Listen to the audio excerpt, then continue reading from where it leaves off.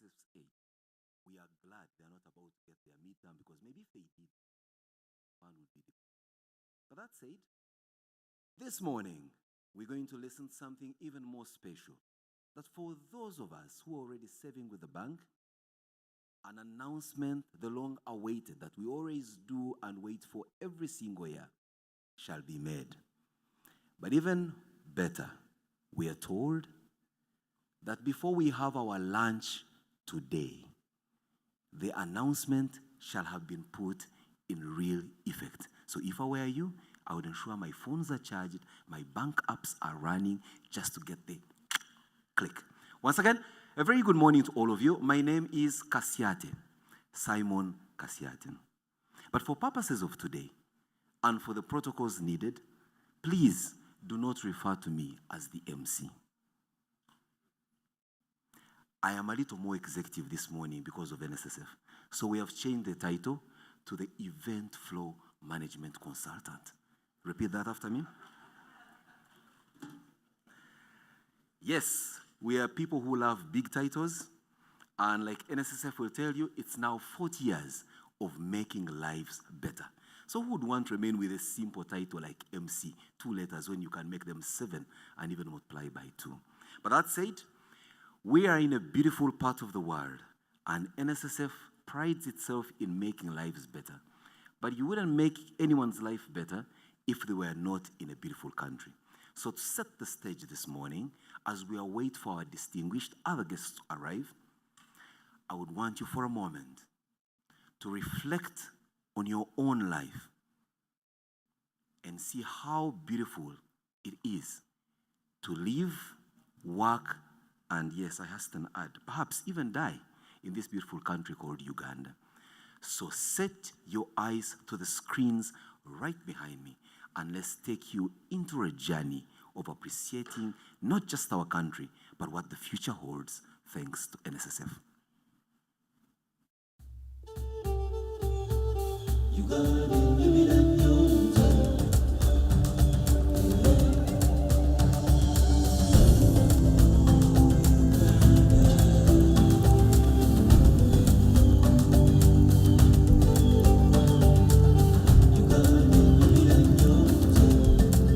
Uganda is 0.02% of the dry land of the world, and it's probably one of the top 10 biodiversity, rich countries in the world.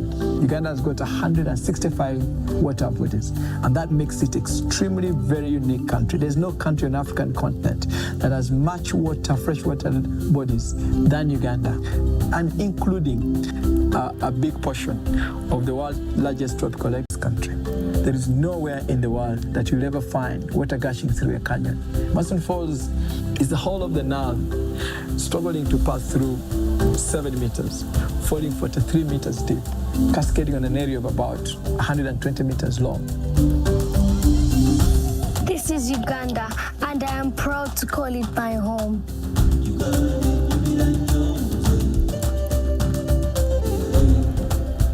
It's very interesting that foreigners who come to Uganda see a side of Uganda that we as local Ugandans do not see. Winston Churchill comes to Uganda and he says, this is the pearl of Africa. Uganda is the 13th most beautiful country. Now weather, it's either dry or wet, but sunshine. No other country can boast of that while staying near the equator that also has got snow. No other country can boast that you have the largest freshwater lake in Africa with the longest river in the world starting from there. No other country can talk about that. Our hills are green, our lakes are vast, and our sunsets are golden. Privilege is invisible to those who have access to it. And probably when you're living in Uganda, you can't see the beauty that the country has. As you walk across or you drive across this great land, you'll see the various tapestry of the different cultures woven in the different kind of engagements that you have. When you go to the north, it's very different from the east. When you go to the west, it's very different from central. We have some of the richest soil across this continent.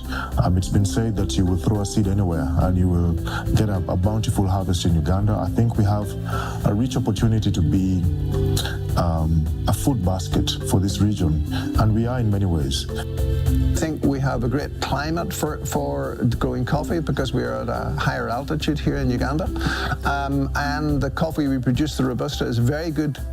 You will not find a country in the world that has a sweeter pineapple than Ugandan pineapples.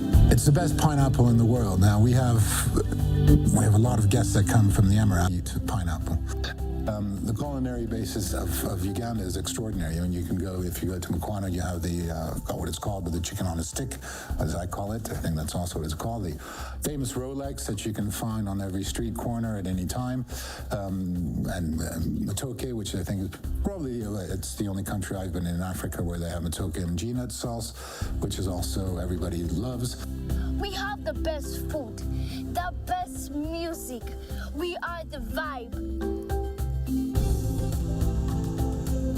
Uganda is a very interesting country, but what is even more interesting is its people. Very, very, very polite on the outside, but they are radically expressive on the inside, through music, through fashion. Ugandans they find a light moment in everything. There's a global rush to seek those unique experiences, and we have so many of those through our food, through our music, through our art, our performances, even visual art. Like, for instance, you will come to Uganda and you'll experience roast and rhyme. Imagine you come to Uganda for a festival like Nyege Nyege. Now, those are experiences you don't find anywhere.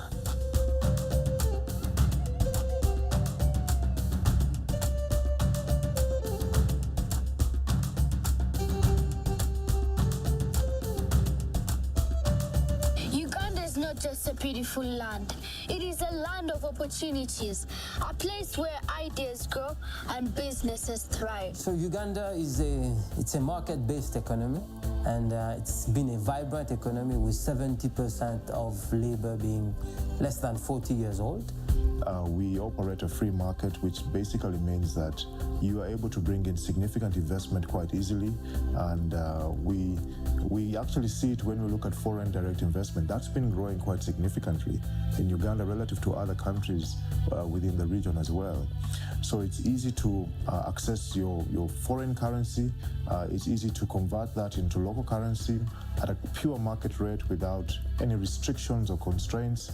It's an open business climate. You can invest your foreign currency and you can take it out. So it's not a difficult environment. The Uganda Investment Authority, government and so on are keen to attract investment. Business climate is positive. The exchange rate between the Uganda shillings and the US dollar is a very good indicator of the state of the economy or the business environment. If you wrap that number over the last 5 years, the Uganda shilling actually held its value. It appreciated slightly against the dollar. Uganda has managed to keep a stable currency, a stable economy, great for investment. GDP growth has been averaging 6% over the last 2 years. With oil and gas coming up, it is forecasted to be above 10%, which will bring the GDP of Uganda to be above $60 billion very, very soon. We've done a lot of investment on infrastructure, whether it is electrification, whether it is on the road network. We are linked to many key market sources within the region, so whether it's South Sudan, whether it's the Eastern DRC. The airports have been done, so there's a bit of traffic that connects internationally with the rest of the world. As a country, Uganda, we are centrally located, strategically located. In aviation, when we look at how we come in and come out, we have a very good advantage. It's actually an opportunity for us to connect Africa.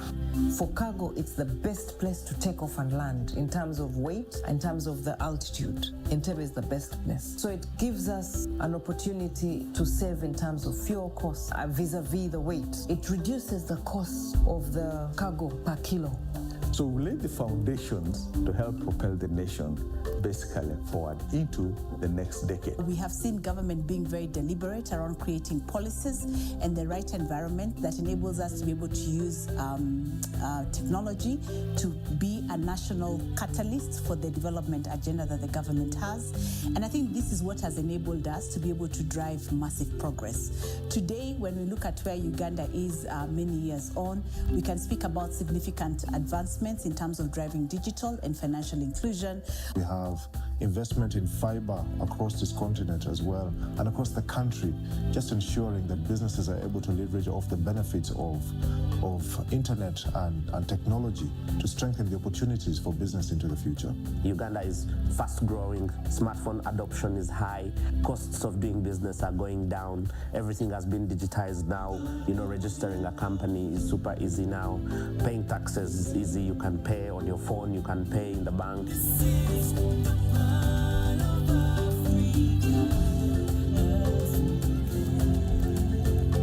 When I look around, I see hands that build a future and mind that imagine a better tomorrow. The country has every ingredient that it requires to become a regional powerhouse. When you look at the National Household Survey report of 2024, it's estimated that Uganda has about 15 million middle-income earners. There's more disposable income, so they tend to spend more. The Uganda population is the second youngest in Africa. It's estimated that over 60% of the population is less than 35 years old. We are very lucky to have a very tech-savvy, English-speaking young population. They have the energy, they have the creativity.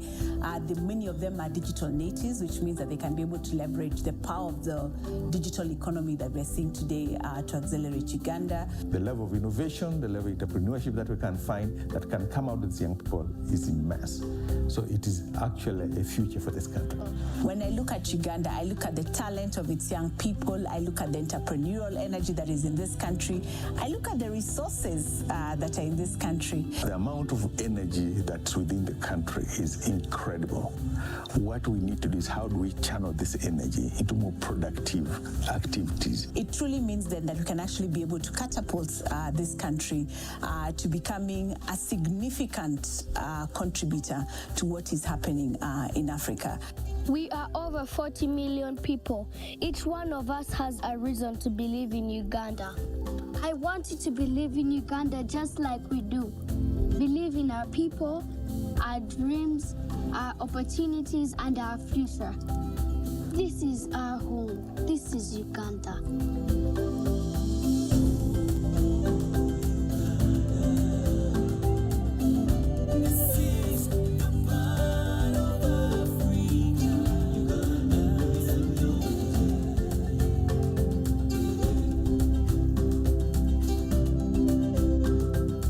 This kind of good work, NSSF deserves a hand clap from all of us. Distinguished guests, honored members, after watching such a presentation, one may wish to ask themselves, how would you live in such a beautiful country and yet you have no savings, you have no social security? That looks like paradise could be one hellish existence for you if you are not a member of NSSF. And that's exactly why we played this video.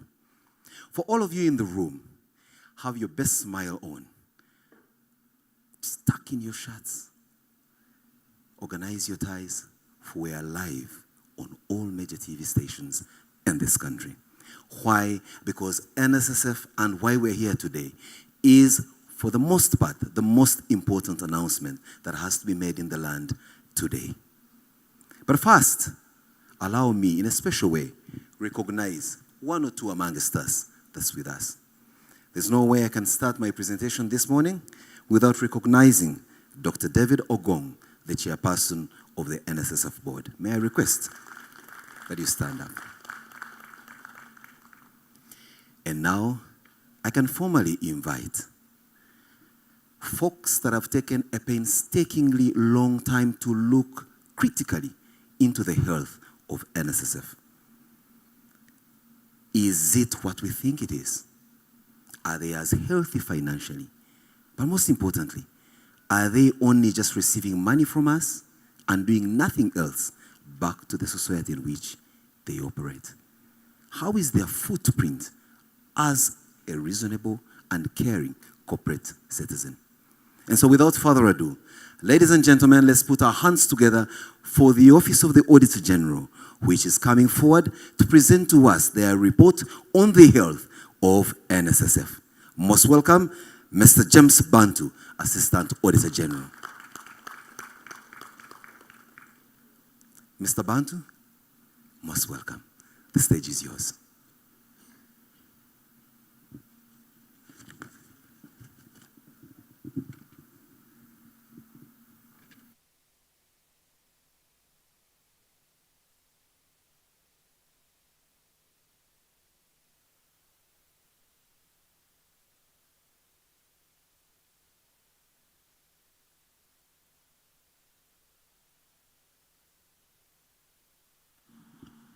Thank you so much, Mr.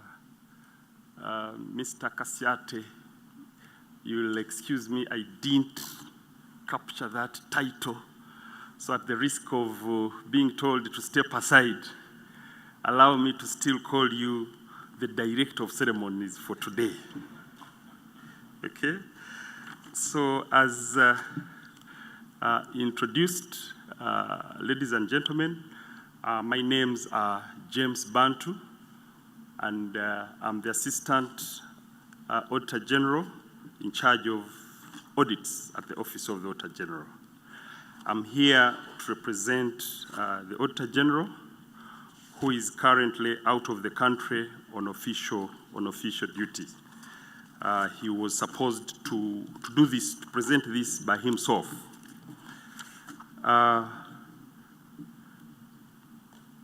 I stand here on all the protocols, and I'm just going to read verbatim the opinion of the Auditor General as signed by himself. That's a function that can never be delegated. So I just want to assure you that what I'm about to present is not the opinion of James Bantu, but the opinion of the Auditor General of the Republic of Uganda, who has ably signed off the annual financial statements, the audit report on the annual financial statements of the National Social Security Fund for the year ended 30th June 2025.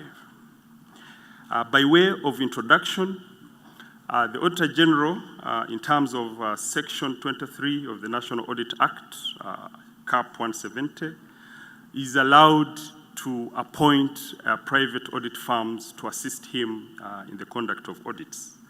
So for this year round, the Auditor General appointed KPMG, Certified Public Accountants, who are here with us. In the spirit of recognizing them, I'd like to request the Managing Partner, Assad Lukwago, to stand for recognition.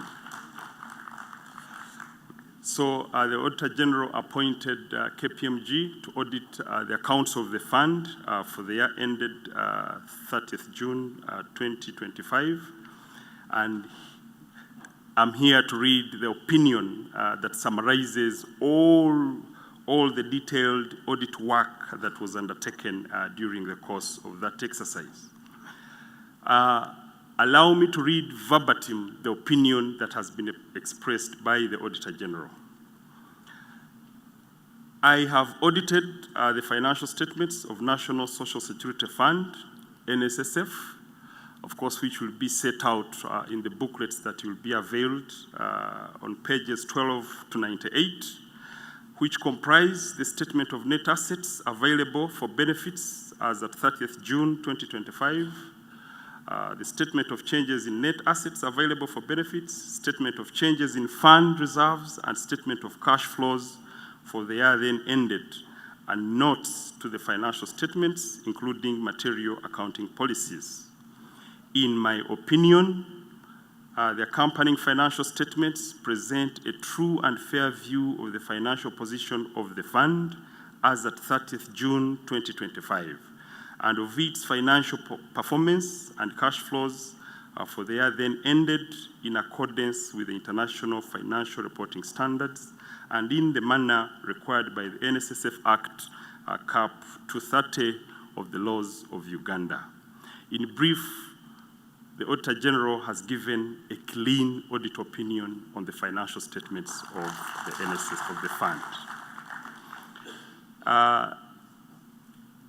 You'll also allow me to mention here, as is always the case, as I earlier introduced in my remarks, the Auditor General is allowed to appoint private audit firms to assist him in the conduct of audits.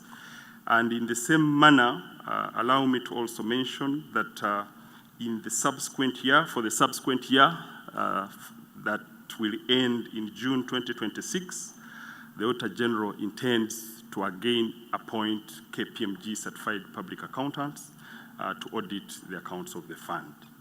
I beg to submit.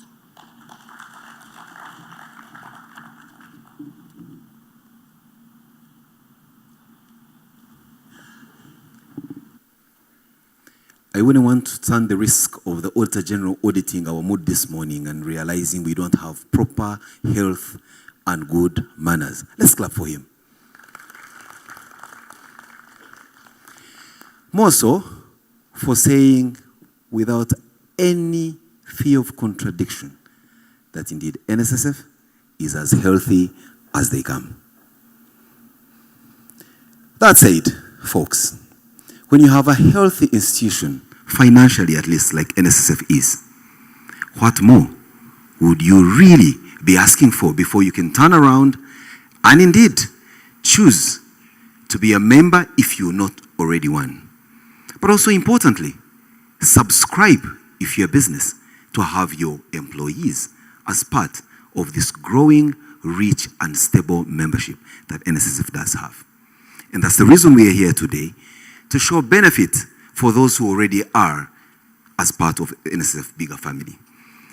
As we await for the arrival of the Honorable Ministers of Finance, Planning and Economic Development, as well as our line minister, that of gender and related issues, which include social security, I wish, in a special way, having introduced the board chairperson of NSSF, to also recognize all the members of the NSSF board. May I request that you stand up?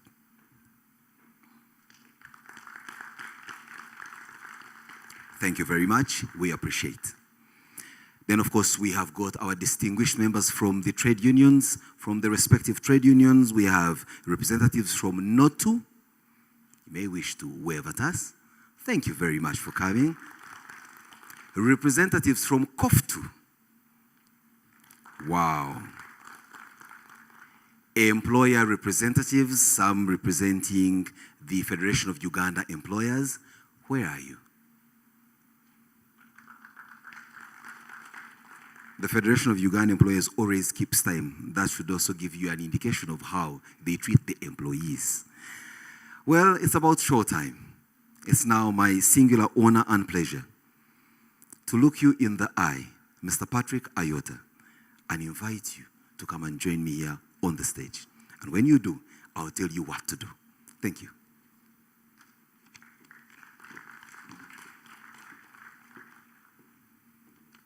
Patrick, speak to these people. There's thousands online watching us.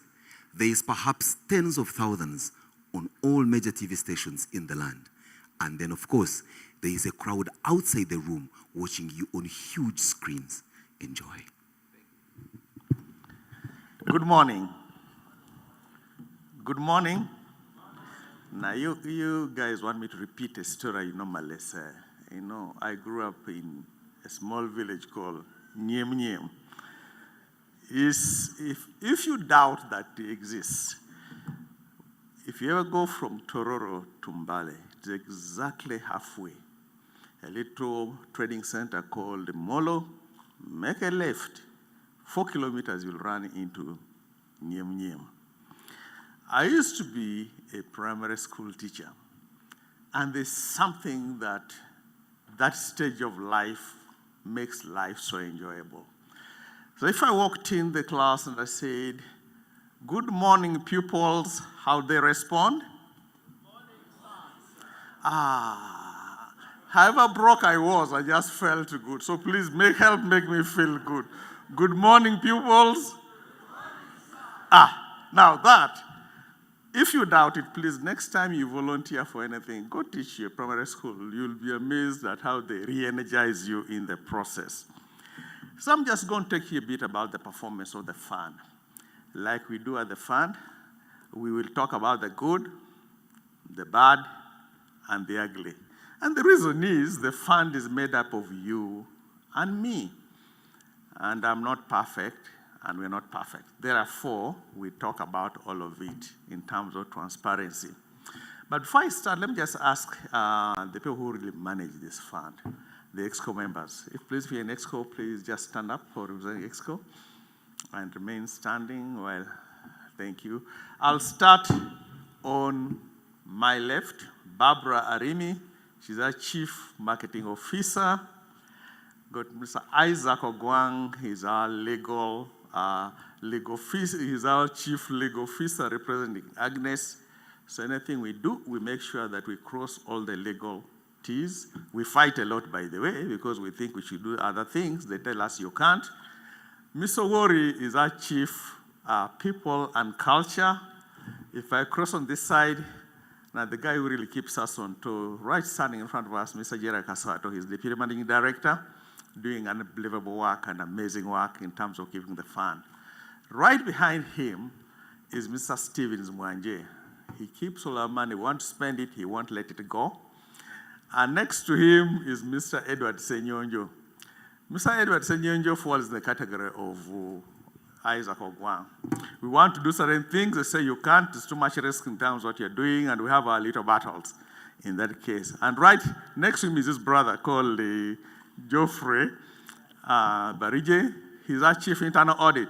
So between Geoffrey, Edward, and Isaac, they really constrain us, but it's all for good, and we love it because at the end of the day, the reason why we can get a clean audit is because we operated within the guardrails that we need to set up. Next to Geoffrey is Mr. Dan Mugura, the new addition to our Chief Procurement Officer. Next to him is Mr. Ken Owera. The good things on the market that we're talking about, a lot of the decisions that he makes in terms of how to invest. Personal money is the biggest part of the fund. If you have a problem, please make sure you recognize him. He's Geoffrey Sajabi. All your contributions, all your benefits be paid. If you have a problem, don't come to me yet, go to him, because most likely I'll go to him. So you can just go to him directly and beat him up if you need to, so it will work. And then behind him is our Chief Technology Officer, Mr. Benoni. He's done an amazing job. And our Chief of Strategy is back there, Alex Romanyika. So together as a team, that's then how we divide how we do our function. Thank you, gentlemen and ladies. We appreciate it. So I'll just go through a bit of our content and talk a little bit about where we've been. In 2015, and we go back there, it's important we kind of go through there, we signed on what we call our 10-year strategy, which ended June 2025. And it was very interesting that at that time, it was unique because the fund was just trying to recover from what it had been in the past. There were a lot of questions about the fund. There was a lot of regulatory uncertainty. We didn't know where the liberalization was going to take place. And we set out that in 10 years' time, we want to be this. If you look at what was happening in the fund at that time, there was a lot of agitation. Many would remember around that time, places like Algeria, there were a lot of agitation with young people. Technology was becoming bigger and bigger. As I talked, the regulatory environment was changing. Now, more importantly, you, the customers, were demanding more and more from the fund. Inside, we basically had a problem with antiquated systems. We had a problem with our real estates. Trying to develop them, we couldn't go. We blamed everybody, including PPDA, but we have to blame somebody. And then we needed to really, and I think the biggest asset the fund had was our people, our staff. young, energetic, but we need to harness them to bring their full potential to what we needed. We knew that our core was provide retirement, but also at that time we were only basically covering about 1 million members. So we wanted to prepare to cover all Ugandans, but establish a very innovative agenda if we're going to do that. So we said, okay, by 2025, this is how we'll know we are successful. These four metrics form the strategy for the last 10 years. When a 95% satisfaction rate, 1 day in processing benefits, 95 customer satisfaction rate, and 20 trillion shillings in assets. If I summarize in a sentence, basically we say, if we make our staff fully engaged and we give them the right tools, we'll measure it that they become so efficient they can pay some benefits in 1 day. Then they will wow our customers to the extent that when we measure it by 95%, those customers, when they are wowed, will trust us enough to give us their money, 20 trillion shillings by June 2025. So we laid out that the only way we're going to get there is we needed to have a very clear vision to be the social security provider of choice. Now, a very interesting pick of words. We're a mandatory scheme, but here we're talking about the word choice. We wanted, even if there was no other scheme you could put your money in, if you go to bed at night, you would say, thank God I saved with NSSF. We're our own competition. And that's where the word social security provider of choice came through. We came up with a very interesting purpose, a small one, that our purpose is to make lives better by making savings a way of life. That's our purpose, even today. We really love for people to save because we know what it does. We had our core values as every entity has, member-focused. Integrity is key to the things we do. Creativity, and we define it for us. And collaborations, I think, things we want to do. How are we going to get there? We looked back and said, what do our members want? So it wasn't built in a vacuum. So we said, what concerns our members the most? So we came to what we call customer or member value propositions. Things we're going to promise you. Number one, safety. That when you become eligible to come for your money, it's there. Safety. Physical safety of your savings, but also preservation of value. That you don't lose money because you saved with us. And that becomes so fundamental that each budgeting cycle will begin with one thing. Say, we've promised our members they will not lose value.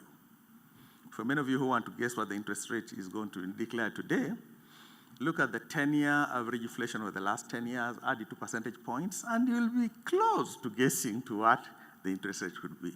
Because we wanted to make sure that we pay you above inflation in everything we do. Number two, convenience. That you can do business with us anytime, anywhere, at your convenience. It informed how we train our people. It informed the technology we buy. That the technology we buy has to deliver what we call ubiquity. Ubiquity means that if you are lying on your bed and you have a kabiriti, you can access us. You can initiate a claim. You can register with the fund. You can make a contribution to the fund in your bedroom. If you're in Karamoja and you have a tab, you can do the same thing anywhere, anytime. Number two, that had to be a straight-through process. The reason you start that is you don't want, when somebody starts, you don't want them to stop or someone to interfere in that case. And the self-service, you can make it so simple that people can actually utilize the system without going anywhere else. That would give us convenience. The last one is empowerment. This one we couldn't deliver until November 2024, when the Minister of Gender signed into law the regulations around voluntary. One of the saddest stories that I hear with members is this, is somebody has 100 million shillings with a fund, his wife is sick, and they need a kidney transplant to go to India. the law never made a provision for a sick wife or a sick child. And remember, we told you I have got Mr. Legal Custody there. You can't cross the line. If we do that, then we become unlawful, which that breaks it. So a lot of times, the whole idea behind voluntary is you set aside something for you that when those moments come and you need to access that money, you will take care of your short and mid-term. And that's why we are so passionate about what we need to do in that case. And we'll give examples about what some people have done, because sometimes we realize, we think that's hard to save. In our midst, I will talk about a couple of people. You won't believe what they've done with just a voluntary program. So many of you know this, how we do our business. We start with a member, collect from you, collect on your behalf the 5% you give, and the 10% the employer has been forced to give you. I stop there to say this. Many of us don't realize how that is an amazing investment. That the day you put your 5,000 shillings, the day you put in your 5,000 shillings, the employer is forced to put in 10,000 shillings. And it's all yours. Well, you can't touch it right away, but it's all yours. In financial terms, that very day you earn 200% on day one. In fact, it was designed that way so that NSSF doesn't make reckless decisions. Because safety of your money is more. And very few investments have that and do provide that. We then invest your money. Last year, about 6.3% of that investment was real estate, 13% in stocks, 8% in fixed income. The most interesting thing is when you look, real estate tends to be the most visible part of the asset, of the fund. Look at pension towers, look at Loboa, look at the workers' house, look at all this. And you may think that all NSSF is real estate. No, all that is 6.3% of the fund. But we get the most pain from this 6.3% as an investment entity. But we have guys who are helping us and make sure it works. We earn revenue, and from those revenues, we pay overhead. Last year, as we'll show, we paid 0.89% of assets as expenses. In the world of pension, there's a very good measure for efficiency. It's called cost of administration. You take all your expenses for the year, divide it by your asset base, and that gives you how efficient you are. Last year, we were around 1.08%. This year, we are at 0.89%. If I give you in context, globally, there are 312 schemes that are as big as us, right around $7 billion. The global standard for cost of administration today is 2.2%. If you're doing 2.2% and the size 7 billion, you are very efficient. Let me talk to you about my neighbors, our peers across, because we exchange these notes. NSSF Kenya, right around 2.7%. NSSF Tanzania is around 3.2%. NSSF Uganda is 0.89%. And that tells you the efficiencies with which we actually run this. When we've covered that, the thing that is very interesting also to note is, people think that when we collect from you, we spend it. No, we invest it. It's out of the revenues that we then cover our overhead. And when that has happened, the balance of it is put on your statement as interest. When you become eligible, then you come and take your money if you wish. Up until maybe 2 years ago, you didn't have a choice. Today you do have a choice. You don't have to take it all. You can take bit by bit. You can leave it for the next 10 years. It will be there, earning interest and making it an amazing investments for you. If you just run those numbers and look at your 5%, the 10% from, and whatever NS has put in, by the time you hit 55, assume you've been working for 30 years, you extrapolate, try it and see. What you only put in that fund is about 20% of that total pot. And that total pot, even if you had $1 million shillings, would be closer to 500 million shillings in savings. So after the end of 55, what you have saved personally is about 20%. What your employer put in is 40%. The balance is what NSSF has put in that account. So it is really an amazing safe way of investing for your own future. If you look at back in 24, this was basically a few numbers. I think the key thing to note is last year our membership grew by slightly over 250, both from voluntary side and from mandatory side. Employers also, we had about 113. They grew right around, they grew by about 15,000. Now, not all of them are complying yet. And we'll talk about the pain point that we have in this case. I think the most one we can go through is this. There was a study that we did. It was done by a different arm of KPMG. We basically contracted them to try to go and find what value have we generated as a fund to this economy or economies. This is the number they came with over the last 10 years. That over the last 10 years, NSF has contributed 59.5 trillion shillings to the economy and to the GDP. Sustained and supported or created 1.9 million jobs.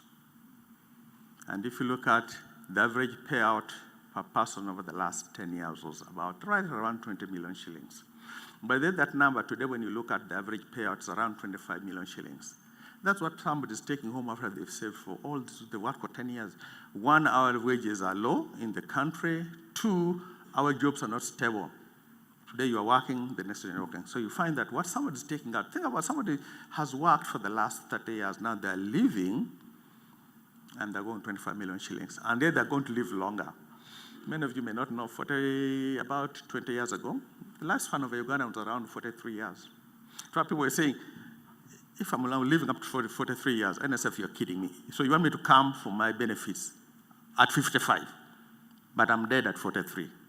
And well, there was a point. In fact, there was a clamor to reduce the retirement age because of that.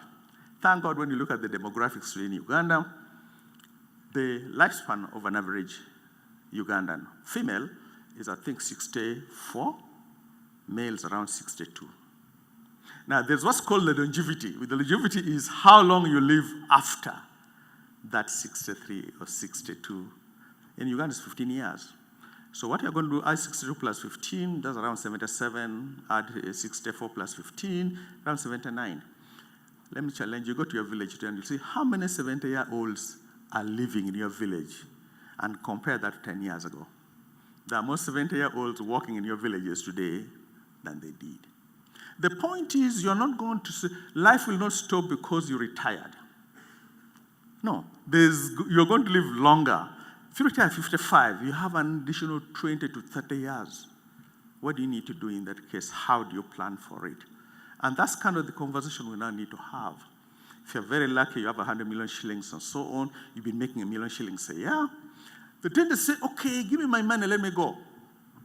I hit 100 million shillings. Data shows that as soon as you get that 100 million shillings, then the need for that money shows up. Somebody is sick, you have to fork it out. Somebody died, someone's getting married, whatever it is, suddenly 2 years later, the 100 million shilling is gone. And now you don't have a job. So a bit of a word to the wise. Leave the 100 million shillings, continue to get 1 million shillings like you've been making, and that will carry you all the way through 75. You will live with some of your grandchildren as you do that. So that's kind of the conversation that we think we have to have as we go through these things.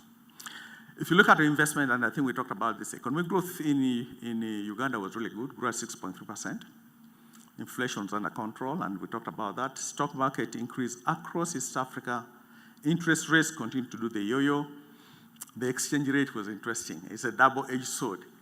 Our Uganda shilling strengthened against the regional currencies. Good news, we have this myth that we want a strong currency. Yeah, psychologically it's very good, but sometimes it may not help us very much, and we'll talk a little bit about that. So just say we were growing up 6.3%, and the Uganda economy is going to grow even much further. There are fundamentals that are strong in the economy that we know will do that. If you look at inflation control, those are basically, I really want to thank, Bank of Uganda has done an amazing job. Sometimes we don't understand it, or sometimes we just say, if you look at the CBR rate, Bank of Uganda is using CBR rate to manage part of the inflation.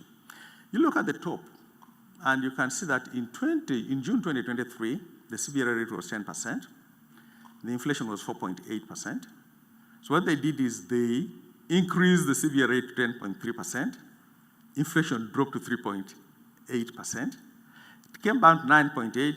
Inflation slightly went up 4.25, but it's well managed in terms of how they are managing this economy. And that's the economy is really, when you had this video, people from Ian Clark talking about, this country is only one way you can bring, and let me give you an example. If you could borrow $10,000 from the US, or you borrowed $10,000 5 years ago, came and exchanged it in Uganda shillings, and invested those Uganda shillings, that rate was around 36 million shillings. You bought a Uganda bond, and at the end of 5 years, you got back your money and exchanged back in dollars. The number shows you would have had $18,000. Not just from the return itself, but the currency held that you didn't lose any money through depreciation, which you can't say that about a lot of African currencies for that matter. So we applaud especially Bank of Uganda having done this. I think this is important, just know that we get a lot of our income from our interest rates. This was happening with the economy. In the economy, the Uganda rates went up, Kenya went down, Tanzania a bit of a mix, but mostly down. But this is a reflection of the dynamics in that economy. When you look at the stock exchange, as we pointed out, all of them recovered. Whether it was Kenya, Tanzania, or Rwanda, they all recovered, which means you will see how that translates into our thing. Here's the Uganda shilling. Against the Kenya shilling, it basically appreciated to 27.8 from 28.7. Against the USD, appreciated to 35.94 from 37.09. Against the Tanzanian shilling, appreciated to 137 from 1.41, and then Rwanda appreciated to 2.50 against 2.83. Now, let me give you what an appreciation means in terms of the economics of it and how it impacts you. Last year, I gave an example. Let's say that there is a cow I want to buy in Kenya. And last year, the exchange rate between the Uganda shilling and the Kenya shilling was 28.7. That cow cost 10,000 Kenya shillings. So what I would do is I would get the equivalent of Uganda shillings, 28,700, exchange it and get $10,000, go to Kenya and buy that cow. But because I keep my books in Uganda shillings, I record that cow at 28,700 shillings. We are all good. This year, the shilling is 27.8. The shilling appreciated. I don't need 28,000 shillings to buy 10,000 shillings. Or Kenyan shillings, I need 27,000. I need 27 shillings. So the Uganda currency has strengthened. But Mr. Lukwaga sat there and the Hotel General tells me the accounting standards require that I reflect the proper valuation on my books. So now the cow I had recorded in my books at 28,000, I have to write it down to 27,000 because of currency. So someone said, hey, you lost 1,000 shillings. True, a paper loss, but I still have the cow. I never sold the cow. I still have that cow in Kenya. Is that the revaluation mandates that I should revalue it at the exchange rate that it has. So a very interesting thing you see with Uganda. So on one side, when the Uganda currency appreciates, we are so happy because that means that now if I want to travel, my Uganda shilling can buy more dollars than it used to buy before for me to go.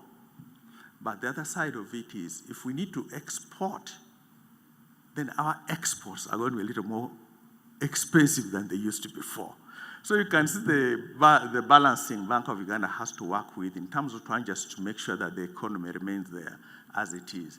So some say, is it good to have a strong currency? Shouldn't we? I'm saying it depends on which end of the stick you are sitting on. There's a time when it's not good. There's a time when it's very valuable for that purpose. And what does this all tell us? I mean, the economy, as we said, actually has been very resilient. So how did we perform? And I'm going to take a little bit for the 10 years. In 2015, when we set up our strategic objective, what we call Vision 2025, which ended June 2025, there are things we did not know. We did not know there was going to be COVID, which would shut down the country for 2 years. We did not know there was going to be mid-term, where suddenly the fund has to let and pay out over 500 billion shillings to members who came for mid-term. We did not know, this one you allow it, there was going to be parliamentary inquiry, where the rectors, or whatever it was. So we naively set our targets for June 2025. So how do we perform against that? And against that, what I just laid out. Remember we said we wanted our members to have a success rate of 95% by then. If you look at just the movement, there was a dip. We had actually hit 94 just before 2021. Then when the parliamentary drop came, it really discouraged a lot of staff members. We dropped to 82%. But by the end of last year, we had recovered at 91%, which is incredible. Not many companies go beyond 75%. Now, if you look at the thing that we look at one day payment time, we'll measure how efficient we are with how quickly we pay your benefits. Now, these are the numbers. We paid 1.32 trillion in last year, 1.3 trillion shillings in benefits, versus 239 billion in 2015. We paid 48,000 members from 15,000 in 2015. Our turnaround time was interesting. Our age benefit and mid-term benefit, most of it now we are paying it within 2 days. Because some people get shocked, you come and put in your application in the morning. In fact, the best thing to do, I'll go on, if you come to the office to apply, it will take you more time. Apply from your phone. It's much easier for you to do it in your phone. It will come through and we're able to process that. It's a midterm. Because midterm, there's no risk. You are still our member anyway. You're only taking 20%. We'll catch up with you if you make a mistake. But we've been able now to make that efficient that we can actually pay it within the 2 days that we needed. The one that takes us long still is the survivor. Because survivor, there are so many dependencies before we can pay that we didn't have before. Now, remember we said that if you have an engaged staff and they engage our customers and give them the tools to act and they become more efficient, they will actually make the customer more satisfied. So this is over the last 10 years. In around 2016, what we did is not 2016, 2017, we changed the parameters because we found that we needed to be more strict in how we're doing it. So at that point, we began measuring our customer satisfaction from a 78% level, because that was what it was. End of this year, we are 88%. But if you're to most of global companies and they're asking what the satisfaction rate is, most are very happy at 70%. But NSSF, we think 90 is really where we need to belong to, not 75%. Now, you guys are the ones who can tell us how well we are doing in that service as we continue. So how did we do on the growth? The target was 20 trillion shillings. And given all the things I had told you, in fact, that there was COVID, there was midterm, there was the hearings that were disruptive, how did we do as a fund? So this is kind of a bit of looking at last year, what informed it. Look at the contributions. It went up from 1.93 trillion to 2.13 trillion, 10% change. Benefits that we paid up went up from 1.12 trillion, 1.32 trillion. Revenues went up from 2.53 trillion to 3.13 trillion. And our asset under management, which I really want to say, went up from 22.13 to 26.01. We hit the 20 trillion mark in January 2024, 18 months ahead of schedule, in spite of what we had done through in that case. This just tells you how contributions have been growing. More and more members are basically trusting us with their money. If you look at the contribution over time, Smart Life is one that I really want to talk about. Smart Life, we just rolled it off last November. And you just see what happened. So in November, the balance was 270 million shillings. End of June, the number was 18 billion shillings. In the 2 months since June, the number is 26.90. And allow me introduce somebody here, Shamina. Shamira? Where is Shamira? She here? I think I see. Yeah, she's here. Oh, thank you. Shamira is back there, an amazing lady. That lady works in Owino Market. She is a business person in Owino Market. We went to Owino and camped there for 2 weeks. Between March and now, 203 days have passed. She has made 256 deposits. Remember, the minimum is 5,000 shillings. We won't tell you what she has saved today, but goodness me, Shamir is a good example of what discipline and consistency means. It's not how much you save. It's how consistent, how disciplined you are to save. And she's been an amazing example of what all of us can learn from her. Then there's another one who is very interesting. I think Haji Lule. Haji Lule is there. Haji Lule, I will talk a little bit about Haji Lule. He was so when we went to Owino, he was keeping track of, he was very disciplined. He said he was going to save for his children and his 2 wives. I think he has got 10 children or 9 children around there. So he would save 1,000 shillings every day for the child. Then he would save for himself 2,000, for the wife 2,000. So he came and opened up a sub-wallet. So he opened his own account. Then under his name, he opened a wallet for each child and for each wife. And he's been very faithful. That when the money comes at 5,000, he brings in. And he's not missed it. He's not missed a day regularly, weekly. He makes those deposits. And the point of it is, saving is not about how much you've made. Saving is how disciplined are you in that process. And as we get into this, if I tell you that in 10 months, the voluntary saving product in Uganda, in the NSF, basically has grown to over 27 billion shillings. That's right, almost $9 million in 10 months from 33,000 members. It also defies the myth. Don't let someone tell you Ugandans don't save. No, we do. We're just saving in cows, goats, land, and everything else. We didn't find a way of saving monetarily. But these 2 members show us that you can do it, and with the time it grows. With the time it grows. That's the most amazing thing with the savings as we have. If you look at the benefits that we paid over the last time, look at what happened in 2021, 2022. We paid about 642 billion shillings the year before. Midterm came, we paid 500 billion shillings more. And it has kind of stayed at that level. But this is money that is directly injected in the economy. So if our PSSD was here, we'll just pause a minute. The Minister of Finance is here. So let's welcome him.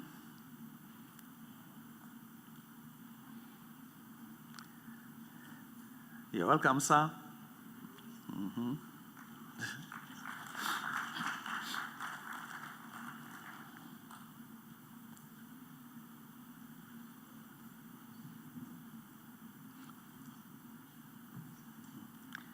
Thank you, sir, for coming.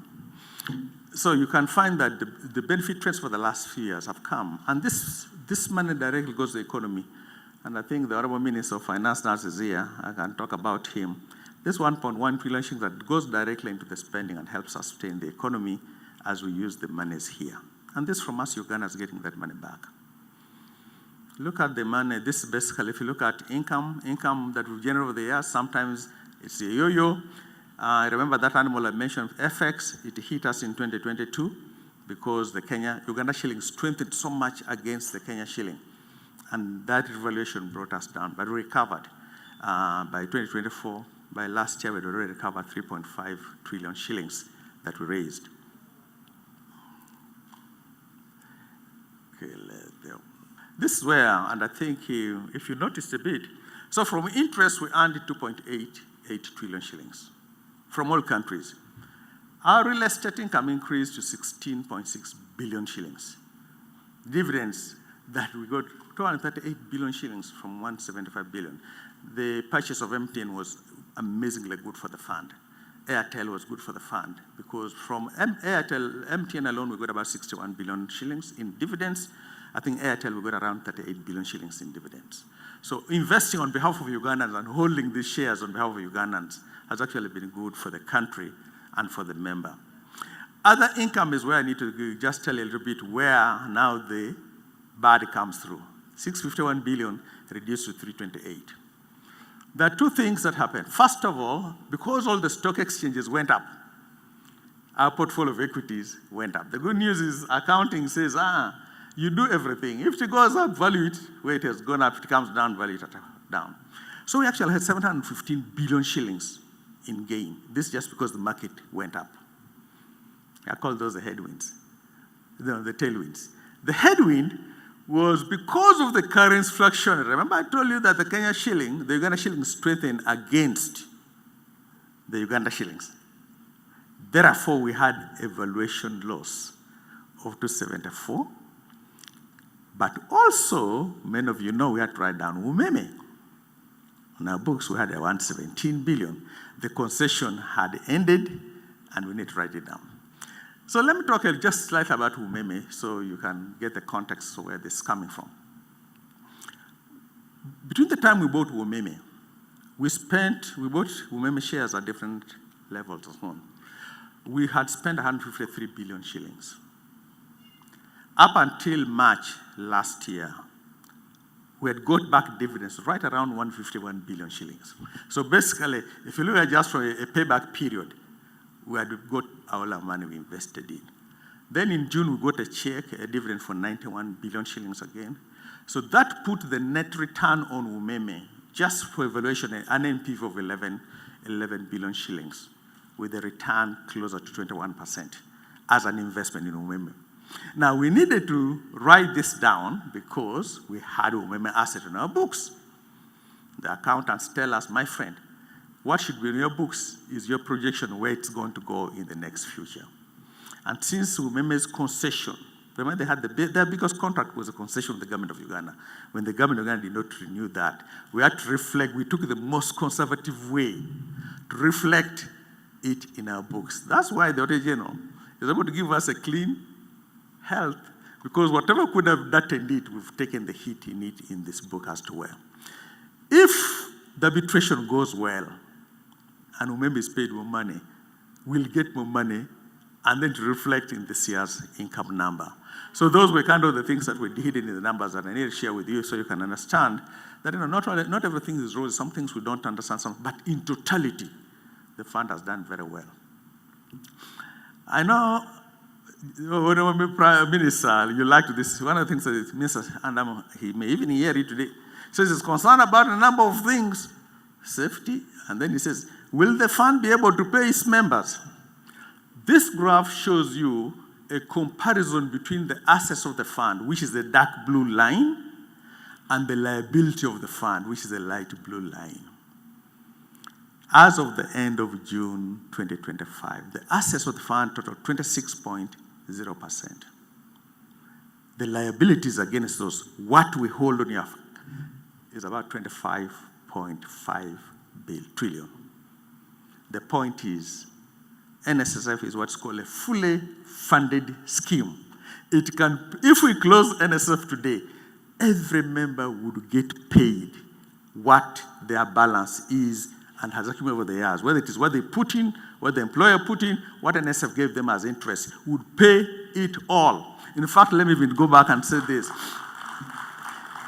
If you remember, we said that 80% of our assets are in fixed income. Fixed income can be liquidated quickly. So I would say most likely within 90 days, we'd be able to sell, we'd be able to do what? To settle 80% of the members. The real estate and the stocks may take us 1 year to do it, but the point is, it's a fully funded scheme that has no shortfall in terms of being able to pay its members. So have we kept our promise? Remember we told you that we begin with the number. I said, look at 10 years and find out whether we've paid you above inflation. That green line is your 10-year average inflation over the last few years. That blue line shows you the interest we've declared. And you can just say, at any one point, we've given the member more than the inflation was there. We preserved value of the member. Now today, I can't disclose it because the power to announce that comes from the minister, so we'll have to be patient in terms of when we get it. So we continue to preserve the members' savings. If you look at the value we've created, any of you guys in finance, that blue line is what we call our total income, both realized and unrealized. That red line is our expenditures. Just by looking at that line, you know that, yes, the quantum of the costs have gone up, but relative to the income, we've kept the growth in costs minimal. For example, between 2022 and 2023, 24, and 2024, 25, our costs grew by 8 billion shillings. If you look at the income went up from 3.18 trillion to 3.5 trillion. That's a growth of around 400 billion shillings. In other words, our costs went up by 8 billion, but our income went up by 400 billion. And I think that's good use of money, if you think about it. The green line is what we have put on here. So we made the money, but we also recognize that money belongs to you. So we didn't eat the money. What did we do? The green line shows we put it back to you. And these numbers are in the financials. But the interest that we put on your account is that number. So when someone says, NSSF, you guys, you're eating our money, and so, no, we are not. We've put it back on you. You can't get it right away because of the law, but we actually worked for you and given it back in that case. So this is the value we created this year. There are only two values we give you as a member. We collect on your behalf, invest on your behalf, put back on your account. So if you look at the contribution this year was 2.1 trillion, interest members 2.7 trillion. The cost to that was 230. It means for each shilling we used in costs, we generated for you 21 shillings in value. Let me put this in a way, honorable minister, I know you're a farmer. I assume I was your farm manager. So at the beginning of the year, you came and said, okay, Ayota, what's your budget? Okay, I'm giving you 230 billion. Here, go work for me. So I went and worked on his farm, worked. At the end of the year, I bring to him 4.9 trillion shillings. Sir, you gave me 230 billion. I brought you 4.9 trillion shillings. What do you think the other minister would do? What would he do for me? So, thank you. So that's what's meant by value created. By the way, last year we created, the value was 18.1. I was going to do a comparison with our neighbors across. They are just mesmerized that we can create that much value for the members. And to me, it gives me a source of pride that we can actually do that at a minimal cost, as to us. In banking, there's what's called cost-income ratio. Cost-income ratio is you take all your costs divided by all your total income. How much of your costs generated the income?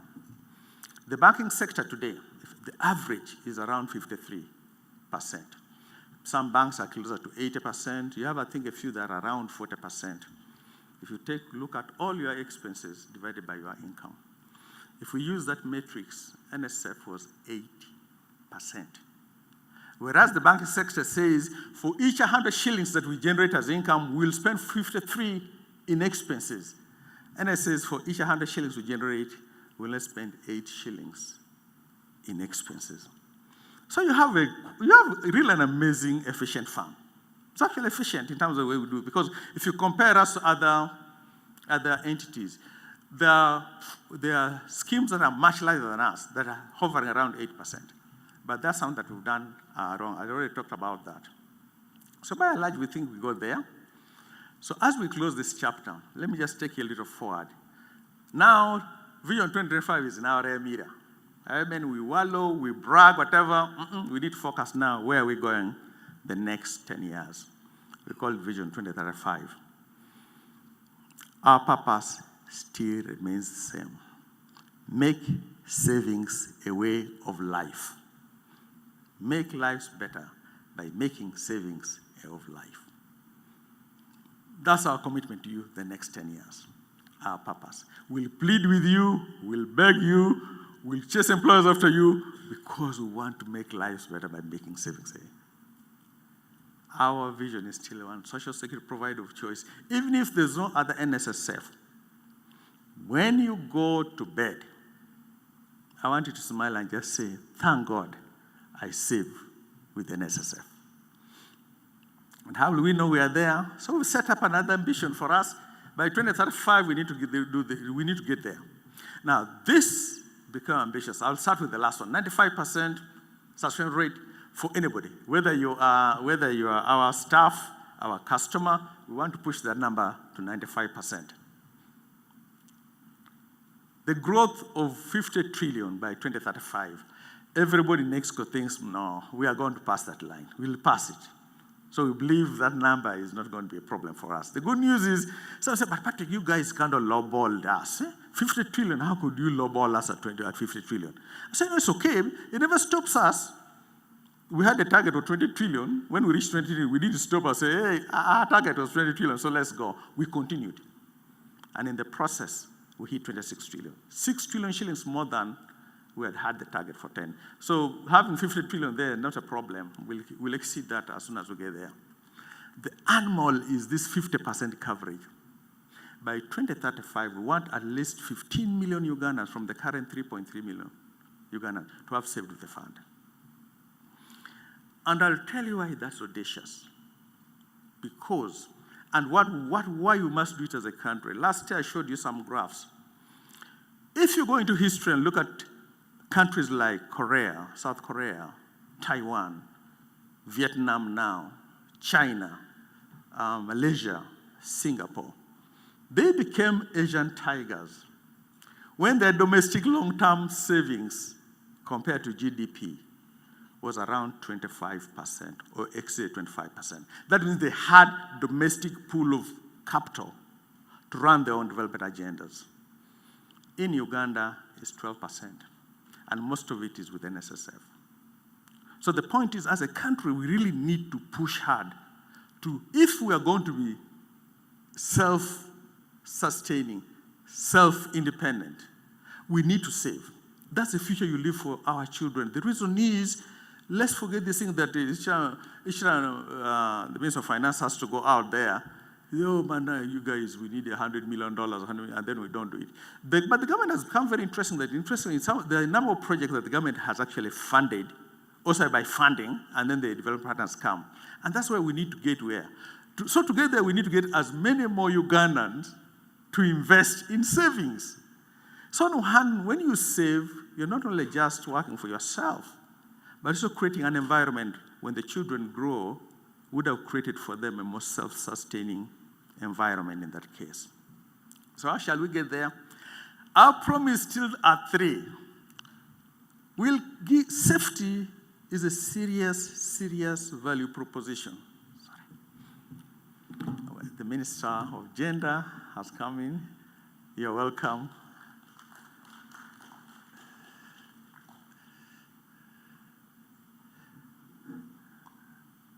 Thank you, ma'am. So safety.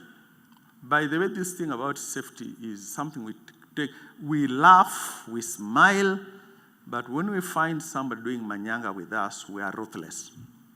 Whether it's a staff member or somebody a staff member. CEOs who are out there and you don't want to pay your members money because you think you can't be touched. This year, 3 times. We jailed 3 CEOs. Because they were playing with members' funds. And we continue to do that if you continue to play with members' savings. It is that serious. Safety of their funds are critical. Convenience will continue to innovate to make it as easy for you as you can to save, to interact with us, take your money out. Now the empowerment now, you guys, Now you can save voluntarily for whatever you need. And you save 5,000 shillings a week, and you'll be amazed what that number shows like in 2 years or 3 years' time. Please, that's how we'll know we get there. Now, this is what we're going to do, which is slightly different from the last 10 years. The last 10 years, we're kind of being what I would call passive participants in the economy. As you know, the economy is not generating enough jobs. So if we want to grow, we better move away from our passiveness and begin to actually focus on what I call proactive intervention in this economy. So we are building on two things. We create the willingness to save, whether it's financial literacy, whether it's what, but we also now have to create the capacity to save. It's no good me coming and telling you, you need to save some money, but you're not making any money. Can I intervene so you make more money and you save with us? And I'll just talk about two where we're doing that. So we want to do this by just maximizing coverage, maximizing earnings, and maximizing value. So let me just talk about a couple of ones. If we're going to create the willingness to save, we have to do some of these things, especially empowering enterprises. One, Honorable Minister, I just want to thank you. We got the registration. Thank you, sir, on NAMCO. I really want to commend the President and the Minister of Finance and the Minister of Gender. Many people do not even understand what NAMCO is about. NAMCO is not about, it starts actually with us. Remember, we say we want to bring, I want that farmer, how do I get 15 million people? I can't neglect agriculture because it's the bulk of the population. But why will that farmer save with me? Only if I bring value to them. So at NAMCO, what we realized was this, that as a country for the last 20, 25 years, we've done something really good, but was half a solution. Think about NADS. NADS said, the farmer needs quality seeds, good. Needs post-harvest handling, good. Needs affordable housing, financing, good. Needs all these things that the farmer needs. And the government invested in these things. OWC came the same proposition. PDM came the same proposition. But guess what was happening? Even it happened just this month. Farmers are harvesting maize today, and they're asking where they're going to sell that maize, and we don't have an answer for them. It has become very demotivating for farmers because the guy who should put fertilizers in his garden, his 1 acre, to get 2,000 kilograms of maize, says, who is going to buy this thing? So he doesn't bother. And his product is 400. We think through NAMCO will help bridge the gap between the farmer and the market. And in the process, when he makes a little more money, he will save with us. So let me give you the numbers. Let's say the core price of maize, and that's the real price because somebody quoted my price yesterday. Let's say somebody is buying maize at 800 shillings a kilo, and the acre produced 500 kilograms. That means that farmer, 500 times 400 kilograms, 500 times 800 is basically 400,000. So the farmer is getting 400,000 shillings from his 1 acre. If he raises productivity and he knows there's a guaranteed market, and he produces 2,000 kilograms at 800, that's 1.6 million shillings. I just helped that farmer move from earning 800,000 to 1.6 million shillings in that very season. Now, if I tell my friend, just save 10% for your account, he's not going to kill me because, okay, I brought value to him. And we need to do this. Now, the only things I'm going to say, as we roll out this program, because we're going to be rolling it out the next few months, fellow Ugandans, at that point, we are beginning to play in the global market directly. And there are things that market requires. So I'm going to appeal to us Ugandans. There are things that market requires. It requires discipline, consistency, and integrity. So if I come and sign with the farmer, it's willing signer, please, we'll buy all the maize you can produce. This is the price. And you begin to produce, and you decide to sell. That doesn't work in the global market because you've broken one thing, trust. The market won't trust you anymore if you do that. And I think if we organize this thing, the small farmer, the one person with 1 acre and so on, and we aggregate it together, we'll go back to where we were one time. In cotton, we had half acre, quarter acre of cotton aggregated. Uganda was the number 2 producer of cotton in the world. One of the best cotton varieties in the world was there because there was a systematic way of aggregating it and sending it to the market. I'm really excited about this because I think if we do this well as a country, I can tell you we can triple Uganda's GDP in 5 years. We have a 2040 target, tenfold. We can get there in 2035 if we do this, because agriculture is our backbone. I mean, 70% of our population is there. If you triple the earnings of 70% of your population, what does that do to the economy? It's massive. And you can do it without leaving anybody behind. So I really want to thank the Minister of Finance. I think this was really your support, your fight. The President, his support, the fight has been incredible in making this come through. So hopefully by this time next year, we'll report on what it has done and the impact it has had in this economy. The second one, of course, remember we think we have to bring value to you. The entrepreneurs out there, you have a business, you've been struggling, but it has potential. We are negotiating now with Mastercard Foundation, who were our co-funders in the first round. Last year, over the last 5 years, we basically funded 438 early startups. 438. Now, very interestingly now, the failure rates for business in Uganda is estimated to be at 90%. You start a business today, within 5 years, the thing is will die. 90% chance it will die. But if you do it differently, out of the 438, we've lost 12. Which means our failure rate today is around 4%. Now we want to do that and fund 1,000 startups by 2030. Last year from there, we created 38,000 jobs, or sustained 38,000. This was Mastercard Foundation numbers. We know because they became our members. From the High Innovator Program, basically we got about 2 billion shillings in savings. It is surprising, we did not expect that to happen that quickly. But 2 billion shillings in savings from people who never had a chance to do this. So we're going to expand it and make sure we unlock that potential within our entrepreneurial world. As you know, we are not leaving anybody behind. Whether you're on a border, we have a product for you. Recently, we had a chance to meet with the border when the president met them in Kololo. We met them one time when they went to Gulu. So anybody can save with the fund. It's that easy.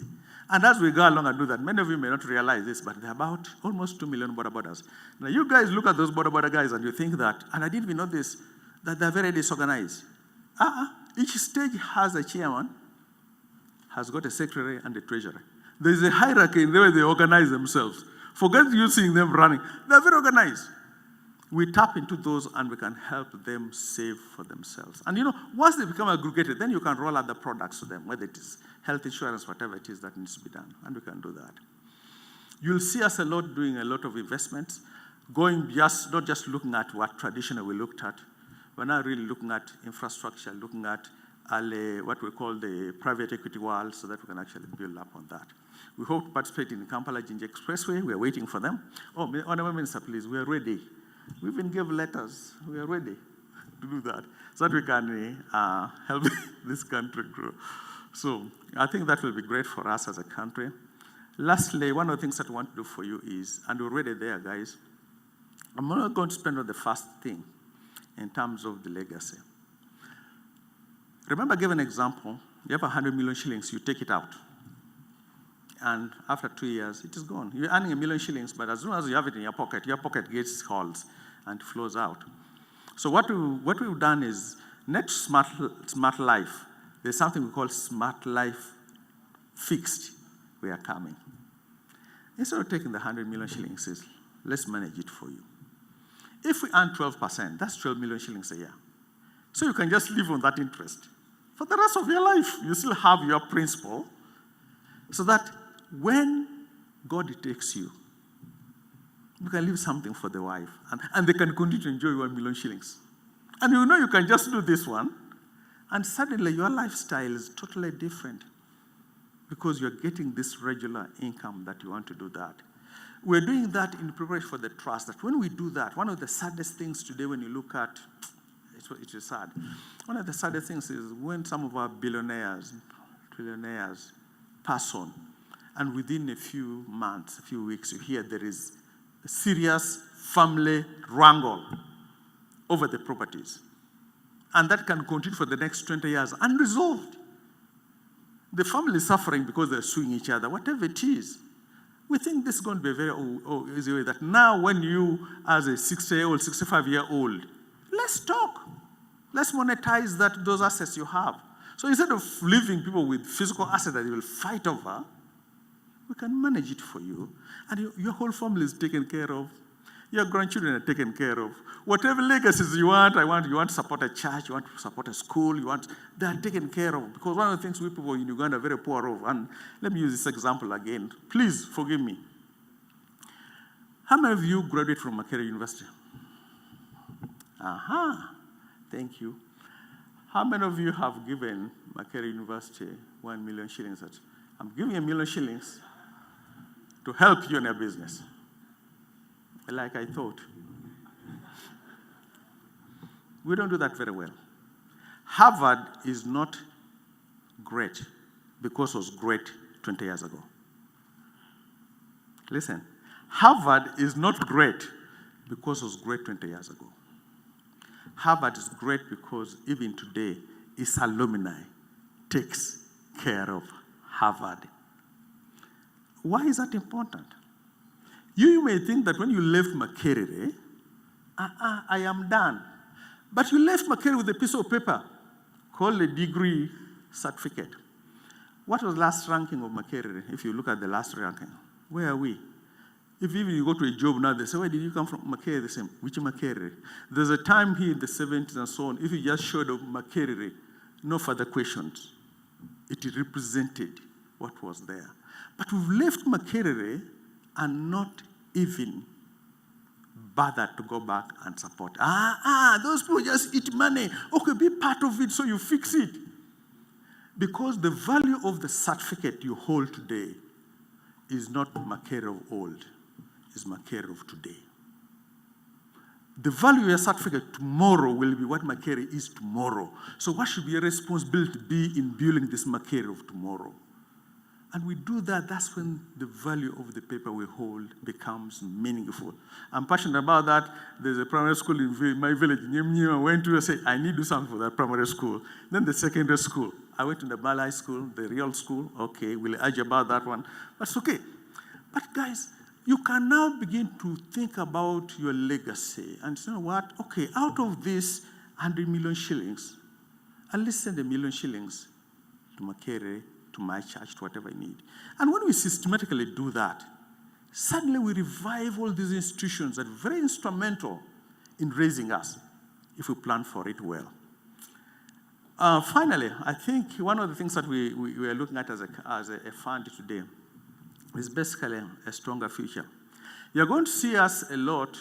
One of the things you may be interested in, we discovered something we didn't even, we stumbled along, and we found that right now NSF offers quite things that the rest of Africa wants to know. The rest of the world wants to know. So I said, why don't we tap into this thing called the conference tourism? So we experimented in July. We put up electronic document management system workshop. We tiptoed it. We said, will people really come? Will they pay? So our budget was 50 people coming, paying $500 piece. We got 130. The foreigners paid $1,000. They stayed at Munyonyo, ate at Munyonyo, whatever it was, small amount, but that shows that the potential for us to support conference tourism is great.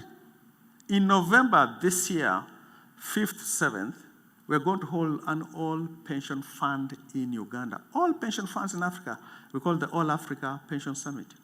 In fact, His Excellency the President is even hosting it. Just to showcase what NSF is trying to do in Uganda. Can the other NSFs in their own schemes be catalysts, local catalysts for the things they do? But as they come to learn here, as they come to learn from NSF, they learn about Uganda, they spend their money here, and we can contribute to that conference tourism in a way we think we should. So I think the future is bright. There's so much that we can do. The only thing is we have to do. Our problem as a country is we like to think and think and think and not do. And this is what has helped us. We think and do. Now sometimes, because you do, as in the future, you may make a mistake. The question is, if you make a mistake, you pivot and you do. You pivot and you do. And that's how we've been able to do a lot of things going forward. So my appeal to you guys, gentlemen, ladies here, it's our country. My grandfather, who was one of the most wise men in this I've ever met, he was a reverend. I'm in P3. I'm number 1 in the class.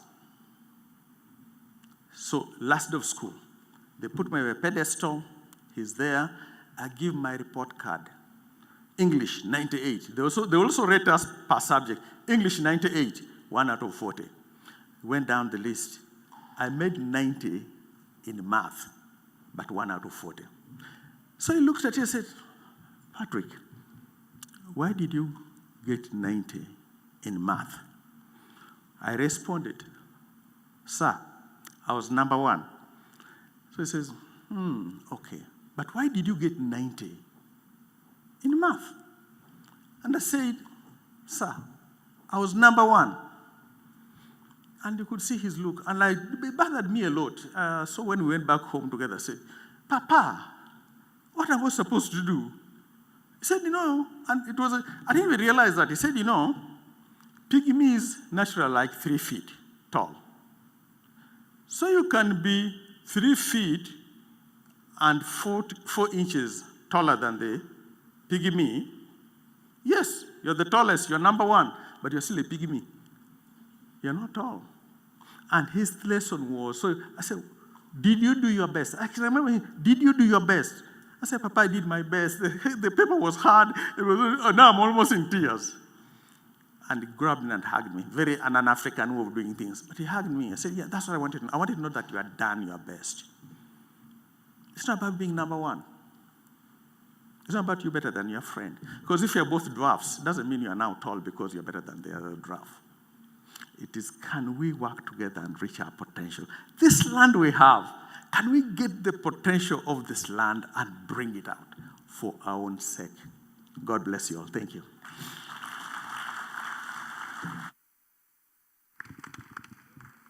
It's part of it.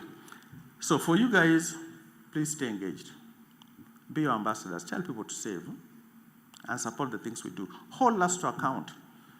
We're okay somebody writing something in. Sometimes it's out of ignorance, sometimes, but let's stay engaged. It's your fund, it's your money. And it's important that we do that. Thank you. Simon, over to you. Thank you very much, Patrick. I think he deserves a louder hand clap.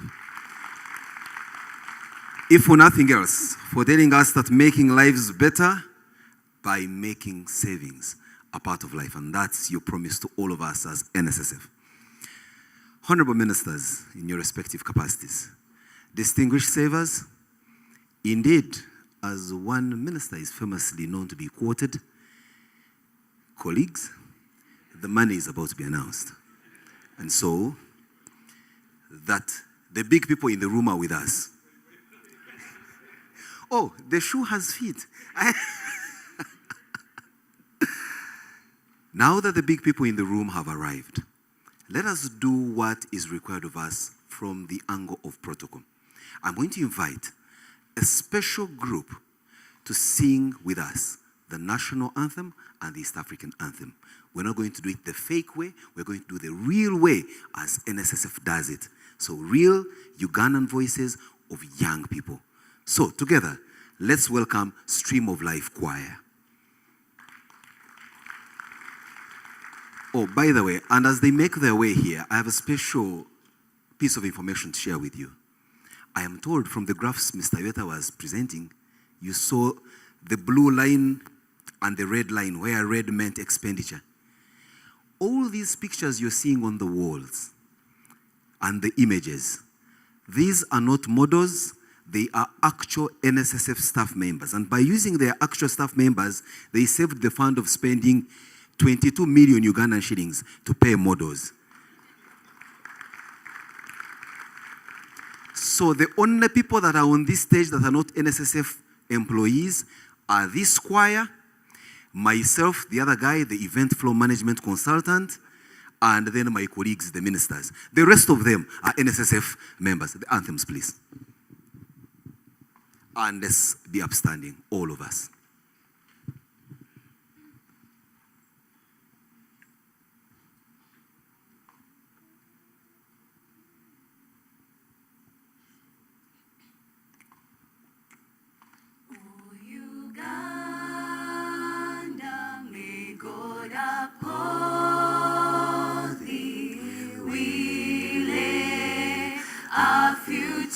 In thy hands,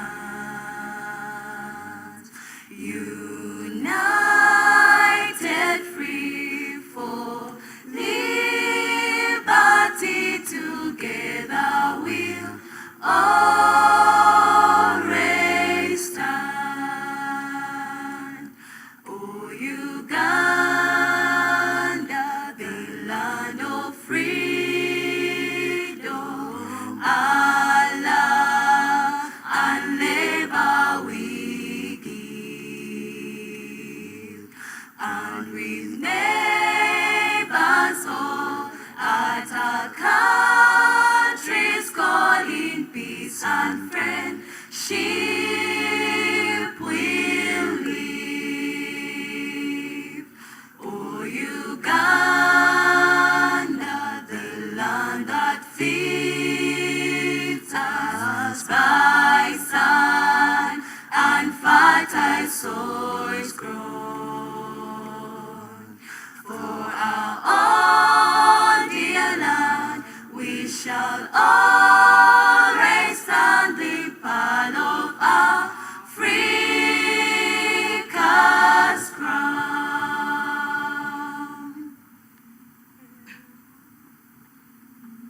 The East African anthem.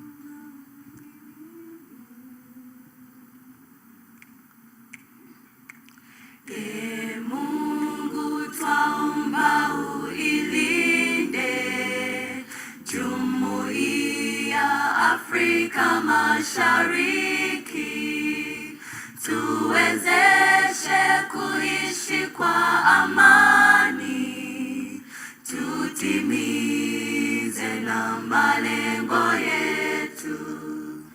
Jumuiya yetu sote tuilinde, tuwajibike, tuimarike. Umoja wetu ni nguzo yetu, idumu jumuiya yetu. Thank you very much. Now we can take our seats as the choir exits the stage. So, ladies and gentlemen, indeed, quoting from the same source I quoted earlier, now that the anthems are done, the event can take off. Speaking after Mr. Ayota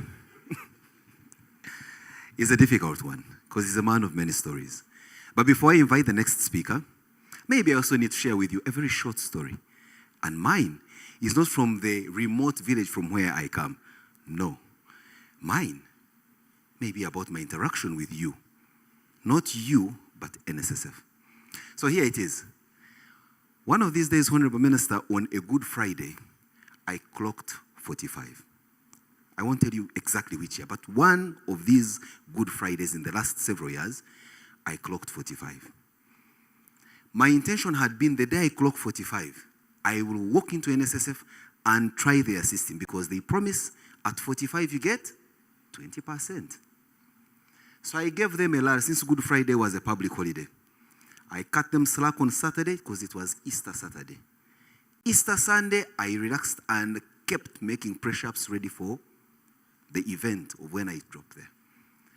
Easter Monday, I checked just in case they were open. They were closed. On Tuesday, you should have seen me walking in there 8:30 a.m. with my national ID, birth certificate, marriage certificate, and a draft of my death certificate, just in case they ask for it. I wanted to be sure I have every documentation they're asking for. I had land titles, pictures of children, and everything you can imagine. And I went through the reception, and the questions were asked, and I answered all the questions. Forms were filled. Sign here, sign there. Oh, which bank? I tell them the bank. They say, we need something from the bank. I said, hold my drink. The bank is just next door on Kampala Road, Housing Finance Bank. I was right in there. So by 9:45, all the questions had been asked, fingerprints taken, irises taken, pictures with my phone, everything. Now here is the more interesting part of it. I told them, you had from Good Friday until today to have sorted me out. You were lucky, it was a public holiday. I thought I was stretching the bar. Colleagues, by 5:45 p.m. of the same day, the money came. What you shouldn't ask me now is what, where, how, which, and why. What I can tell you for a fact, I had also promised myself the day I get that money, I would pick 10% of that 20% and eat it in live notes. And eat it, I did. Please, colleagues, when you get your money, eat 10% of it. Dr. David Ogong, it's my humble pleasure as the chairman of NSSF to be invited and come speak to our people. Thank you very much.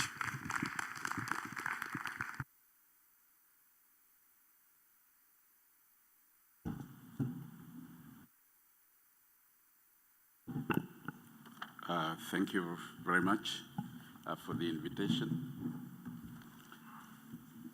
The Honorable Minister of Finance, Planning and Economic Development, here present. The Honorable Minister of Gender, Labor and Social Development, here present. The Auditor General, members of Parliament, here present. Fellow current and former members of the board, NSSF board, the managing director, members of the management team, members of the media, but most importantly, members of the National Social Security Fund. Good morning. I think we are here largely because of members. We are here for all stakeholders, but at the center of it all is our members. So I welcome you all to the 13th Annual Members Meeting of the National Social Security Fund. Permit me, before I proceed, to introduce members of the 13th board. Yes, you are aware, the fund, the government set up a structure for the governance and management of the fund.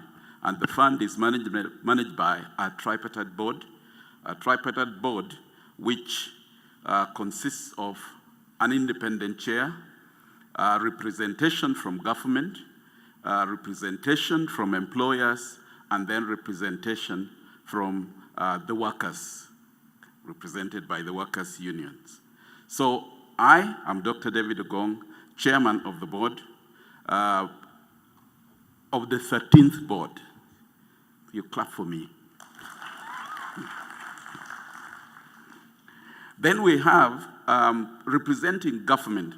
By the way, some members are here in person, some members are following online due to their different commitments. We have on the board representing government the Permanent Secretary and Secretary to Treasury, Mr. Ramadan Gobi, is following online. I know he's following online. Clap for them if you.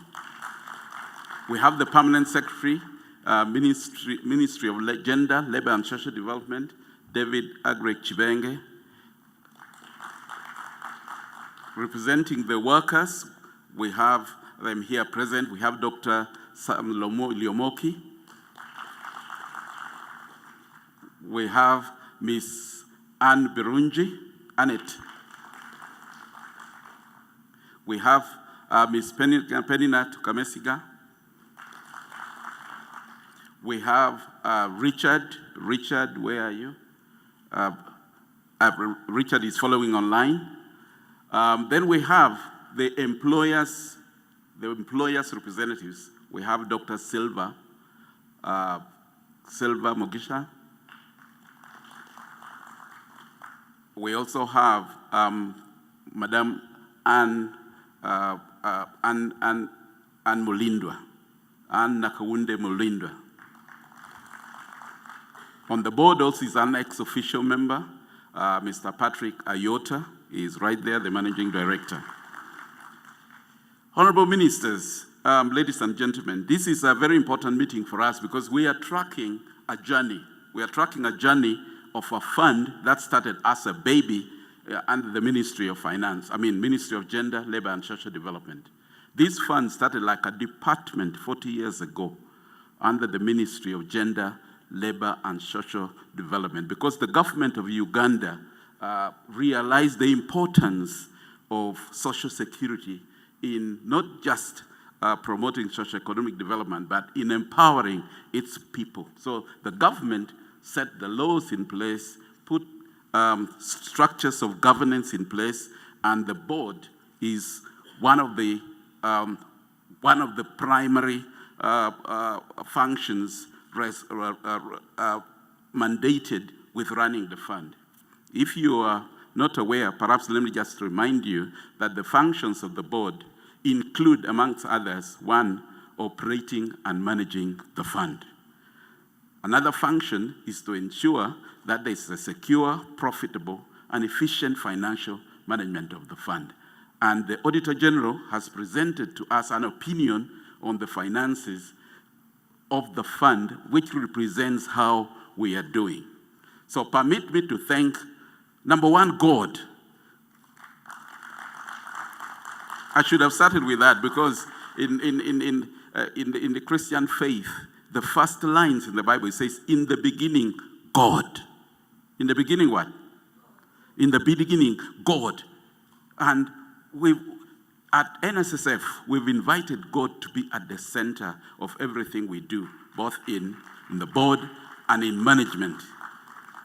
Even if you follow in the Christian faith, I'm sure it's also in other faiths, you will find there is the parable of the talents, where we are told that a certain master came and trusted his servants with a responsibility, gave them something to manage.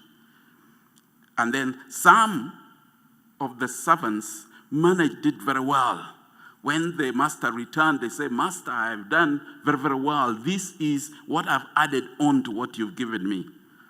While the others said, Master, I know you are a very, very shrewd person.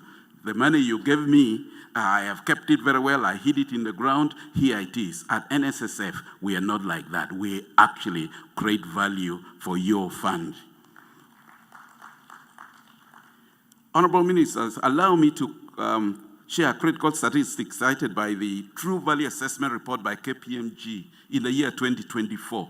That report cites that the fund's contribution to Uganda's economy alone over the last 10 years amounts to over 143 trillion shillings, with over 2 million jobs created. Don't you think the fund is doing something good?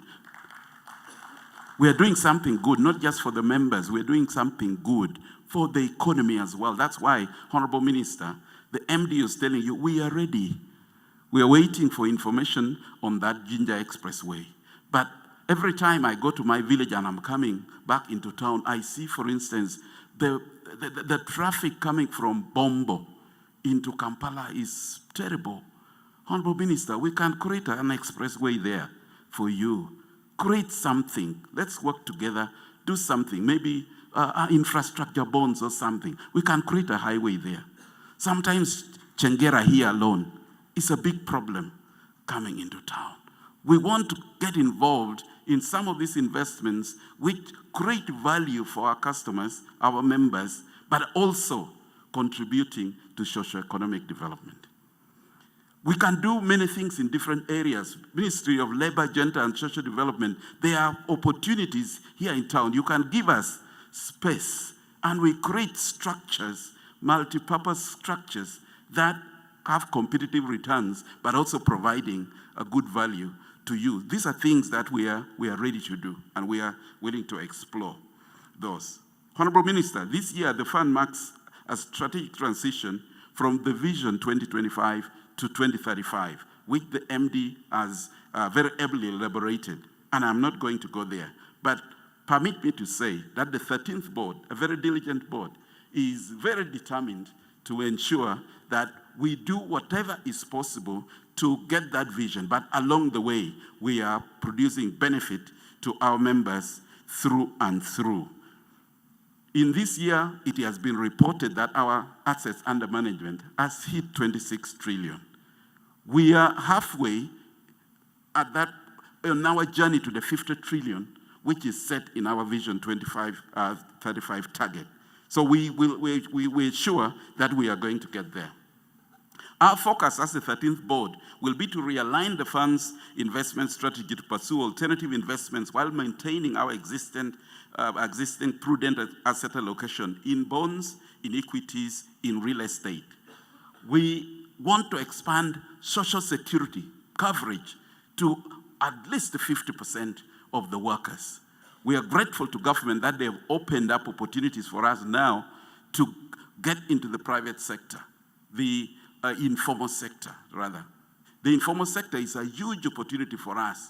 We are so glad that now you can actually, by choice, come and save your money with a trusted fund, and you know that your money is safe, your money is secure. Anytime you want your money, you can access it. So people out there, be our agents of marketing and say, look, there is a trusted organization out there called the National Social Security Fund.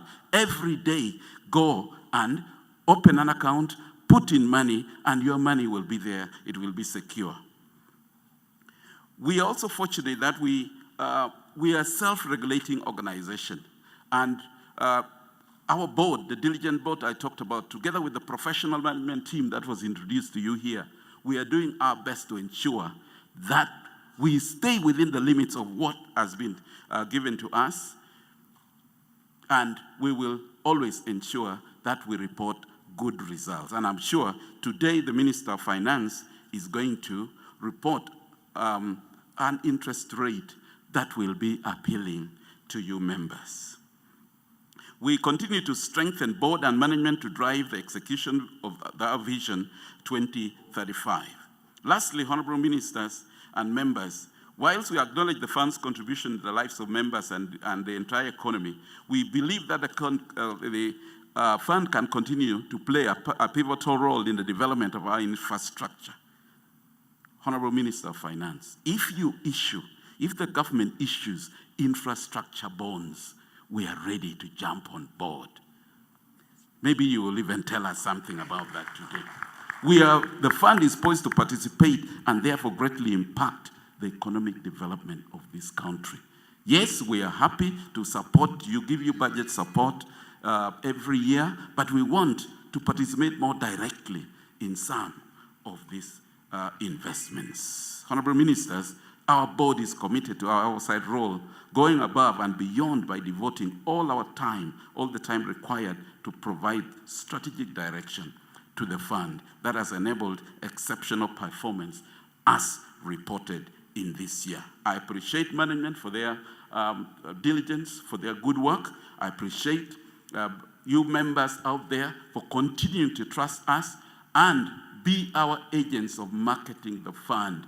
Join the voluntary schemes that have opened up.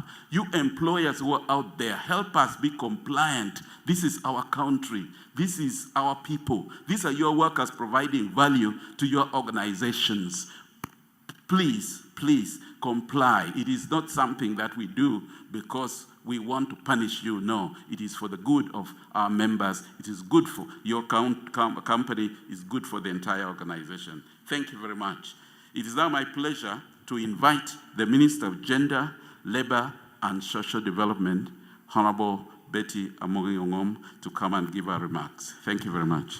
Thank you very much, Mr. Chairman. Honorable Minister, I request, with your indulgence, that you just hold on a little bit. I have some advice that it's always nice for you to come after we've set the stage right. And so, the stage is going to be set right, Honorable Minister. I know you're pressed on time by a small, short performance that I've been advised should come just before the Minister's presentation. And so, without further ado, let me invite those to make that performance to take onto the stage and do it as quickly as we can so that we allow the Honorable Ministers proceed and go for the other business that they are meant to go for. As the choir gets itself on the stage, the chairperson has made a very resounding clarion call to government. As the board chairperson, that's deep. But now for us, who are just mere servers, we were looking at the figures of Patrick. The board has 3-point-something million members, of whom only 850,000 are active members. It therefore means, Ugandans, that Uganda has a higher subscription on TikTok than they have in NSSF for a country of 40 million. Come on. Okay, let's get 10% of Ugandans on TikTok, which is 500,000, put them to NSSF, and then the chairman's words to the minister can make more sense by saying, create infrastructure bonds. Pardon my English, the choir, please.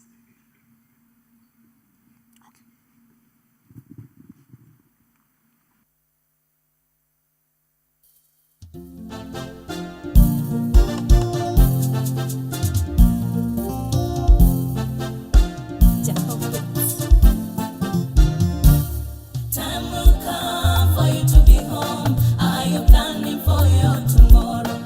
In your home all by yourself, will you smile about your decisions? Choose to save for your old self, or to frown and curse your existence. There's no time better than this. While you're young and fresh, think about it.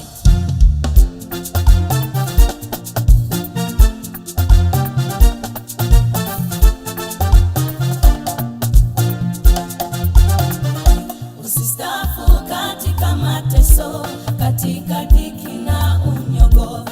Uzee unakuja na changamoto, kutatua hilo la pesa sasa. NSSF is for you total. Weriera kueleza kwe. As you save, your money grows. So transparent, so reliable.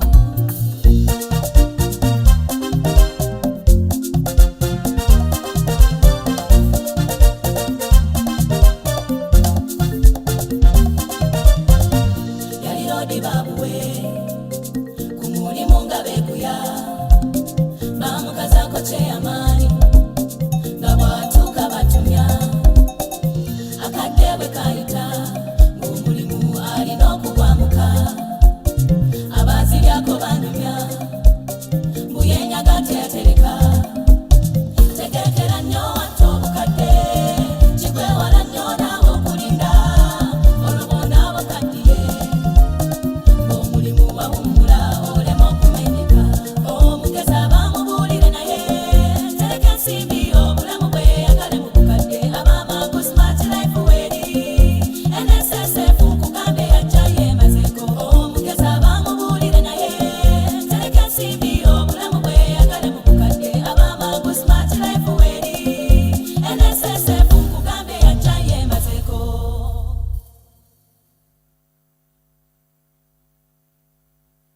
So, what a better way to set the stage for the Honorable Minister to come forward and make her remarks after such a particularly composed song from Kennedy School for NSSF, about NSSF for all of us. Honorable Minister, now the stage is yours.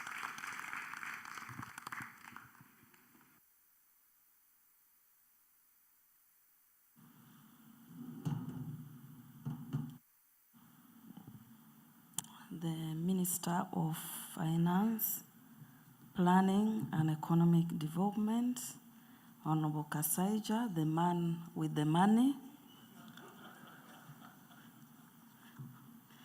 the Auditor General, members of Parliament, the Chair and the Board of Directors, NSSF Management, members of the fund, ladies and gentlemen, in your respective capacities. It is my pleasure to preside over the 13th Annual Members Meeting of the National Social Security Fund. I take this opportunity to thank members attending both physically and online, and extend my appreciation to the board, management, and staff of the fund for the exceptional performance registered this financial year. Thank you so much. I also want to thank employers for the compliance and increasing remittances. Thank you so much, employers. I thank Ugandans for entrusting a government-supervised institution like NSSF with their life savings, and I think your trust is not misplaced, hearing the testimony from our MC today, how efficient and quickly he was able to get his 20%. So thank you. Those testimonies are very valuable to those who wake up every day to put their efforts to make sure the fund is performing. When I started supervising NSSF, I challenged the fund to expand its membership to include employers with less than 5 employees and focus equally on those in the informal sector. I did not only challenge them, but I also gave it an enabler, that is, the NSSF Voluntary Contributions and Benefits Regulations of 2024, which I issued in November last year. These regulations were specifically designed to enable the fund to provide additional products targeting those uncovered segments. I am happy to note that the fund's flagship voluntary product, dubbed NSSF Smart Life Flexi, is being embraced by the informal sector as well as the formal sector, with Uganda shillings of over 29 billion contributions and over 39,000 people mobilized in just 10 months. I congratulate you. I commend the accelerated growth in the fund's membership from about 1.3 million in 2021 to 2.6 million as we speak today. I note the board's resilience in focusing on diversification of products, including in-country investments articulated by the MD in the agricultural sector through the marketing arm. I'm glad to hear the board chairperson reiterating these commitments. I cannot re-emphasize the importance of strong oversight and corporate governance being exercised by the board members.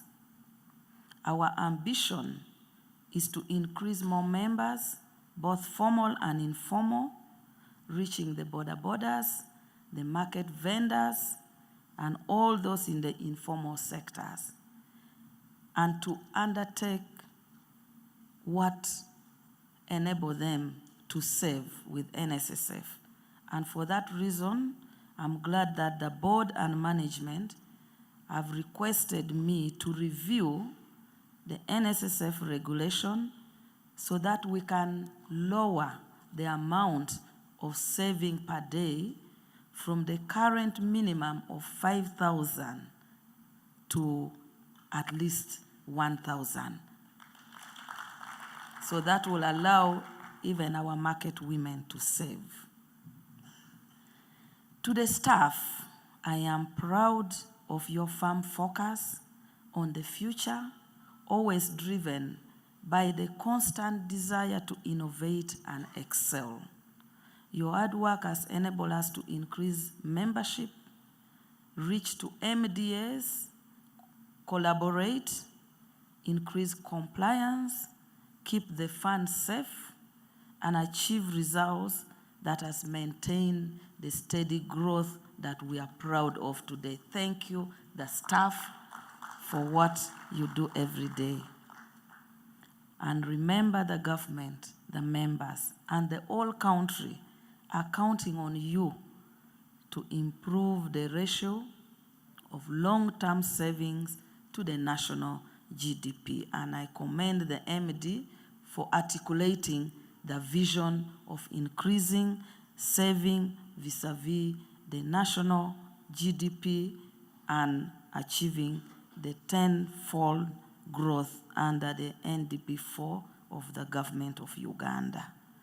Finally, I congratulate the management and the board for the work done that will enable the Minister of Finance to announce probably one of the most exciting interest rates that you will hear. With that, I now take the pleasure of inviting the Minister of Finance, Planning and Economic Development, Honorable Matia Kasaija, to address you and declare the interest for financial year 24-25. Thank you.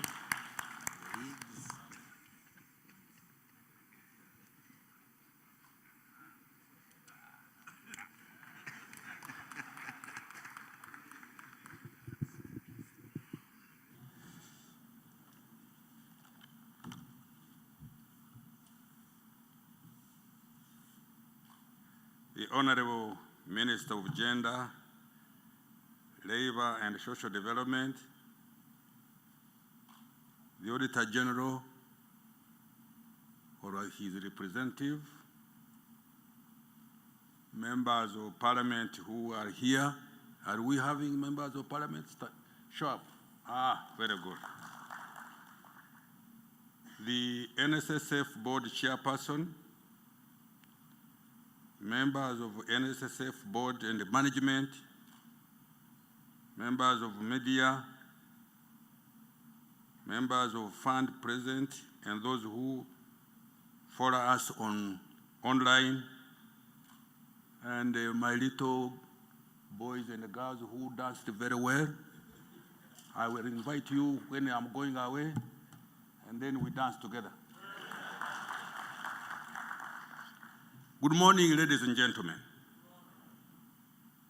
I would like to begin by extending my appreciation to the board and the management for steering the fund in the financial year 24-25.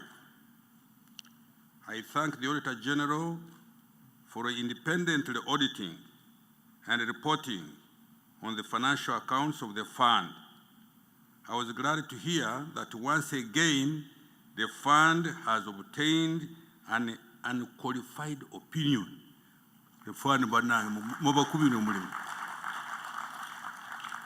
Congratulations.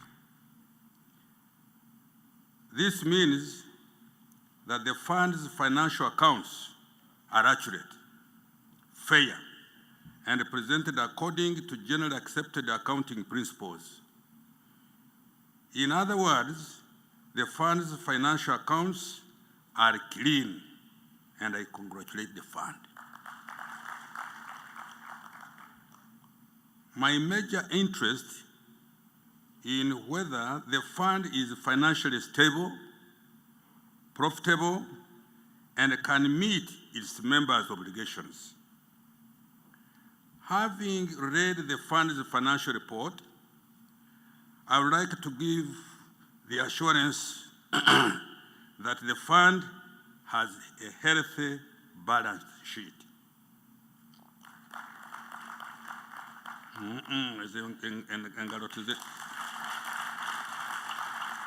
When someone does something good, you must cheer him or her.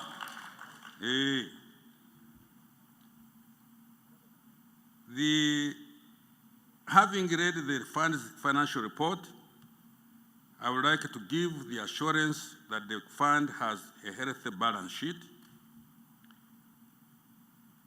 The fund's asset under management increased by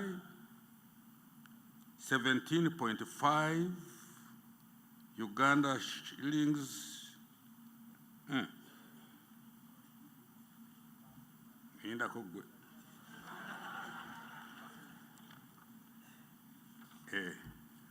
Let me repeat.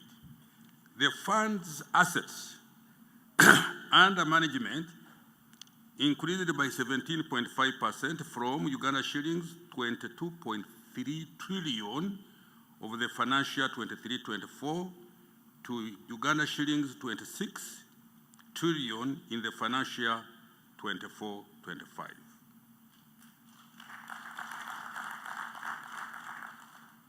Total revenue increased by 11% from shillings 3.2 trillion in the financial 23-24 to Uganda shillings 3.5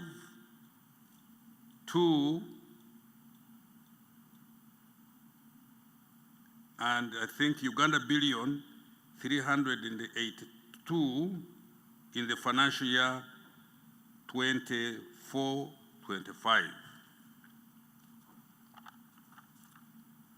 Members' contributions increased by 10.4% from Uganda shillings 1.93 trillion in the financial year 23-24 to Uganda shillings 2.13 trillion in financial year 24-25. I am also interested in whether the fund pays members' benefits when they are due. The fund has done very well on this metric, increasing benefits paid from Uganda shillings 1.12 trillion in the financial 23-24 to Uganda shillings 1.32 trillion in the financial year 24-25.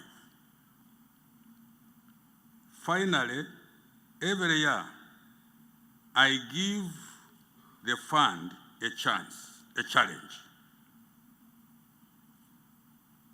to grow and add value to its members' savings, to enable me to declare competitive interest rate. If I may take you back 5 years ago. 1, for financial 22-21, I declared 12.5%. Financial 21-22, I declared 9.65%. Financial 22-23, I declared 10%. And last year, I declared 11.5% for the financial 23-24. This year, I am glad to report that the fund has once again risen in the challenge.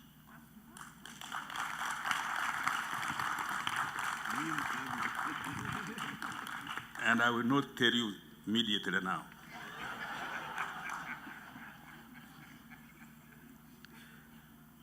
I would like NSSF members to note the following. 1, the interest rate I have announced, I repeat,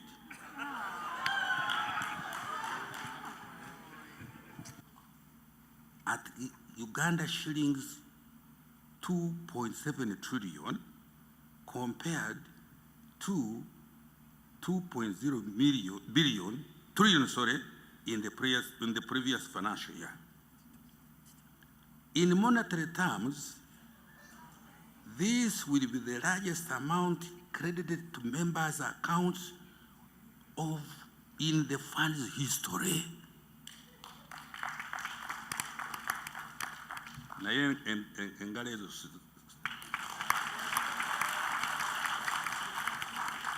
When someone does something good, you cheer him or her.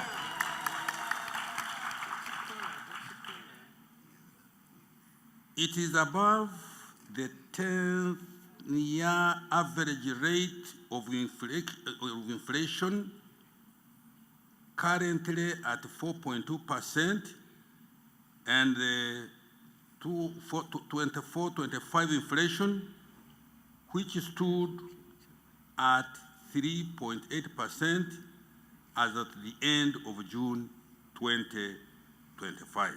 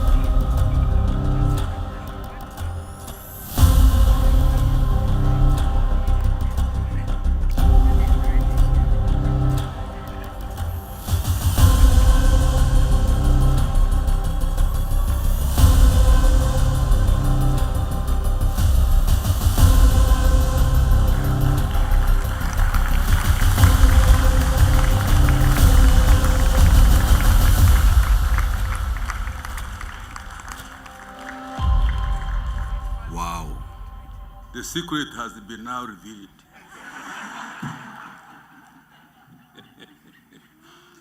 Let me conclude. I don't need it to write. You have seen it, haven't you? Do I have to speak for it? Yes. Finish. That's gone. I congratulate all savers, the NSSF board, the management upon this milestone. Continue. Don't rest, mister. Life doesn't stop just like that. So this is now a test. The country has tested you and your staff. Next year, it must be better. You hear? Me, I wanted to go progressively. Not going down.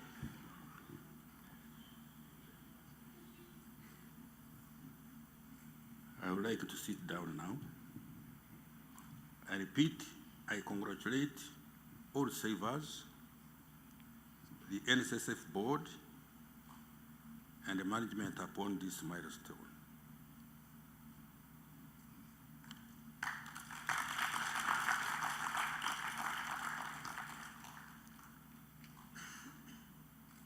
The MD has challenged me.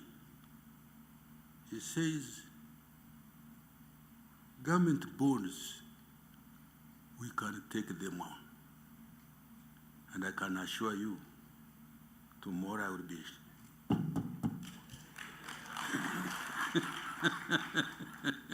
Tomorrow I will be knocking on your door to deal with them, so that I don't start borrowing money from all sorts of those places, particularly those people outside there who think we are fools. We are not fools. We are very, very clever people.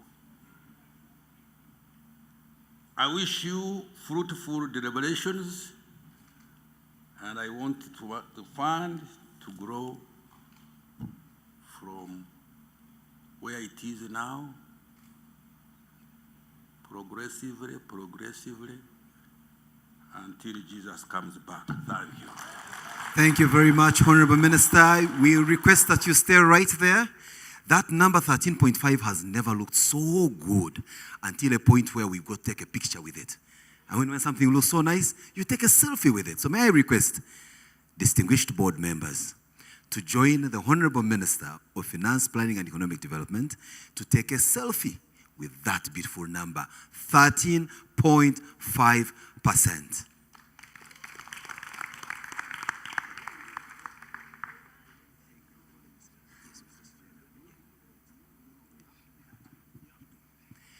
So, Honorable Minister of Gender, you're also required to join this group picture. Please, you'll forgive me, I invited her last. Her and I have a relationship that I could have even rightly said Honorable Mother-in-law, but I tried to keep it official because I did not know what rate we are going to have. Now that it's double digit, I may as well reveal that secret. So, Honorable Mother-in-law, please join the board of NSSF and the distinguished members to take this group picture. Honorable Minister, I don't know how you're going to do it, but what's for sure is you may wish to stand in front of the podium so that it shows how you color matched your suit and the Honorable Minister of Gender. The brown really looks good. I am sure you were briefed. And as they smile so well, the members of the NSSF top management, you are also requested to join in. So no one leaves the stage, but the top management of NSSF joins the stage. And please hurry, because part of the role you're going to play is to be backup dancers with the Minister of Finance when the choir comes, because he requested to have a special dance with the young children.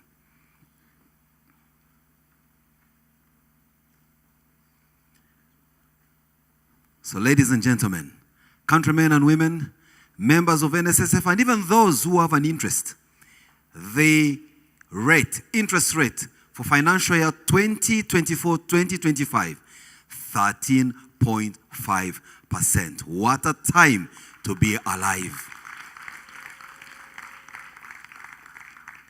Those of us who have already taken our 20% are going to go smiling to the bank. But I'm sure those who are going to get their 20% after this rate are going to go laughing into the bank. So they will move. And so, now that we've smiled and looked so nice, the choir, please come and join the minister and everyone on stage for a good dance so that then we can give him a soundtrack to exit, because he's headed all the way to Entebbe to attend cabinet.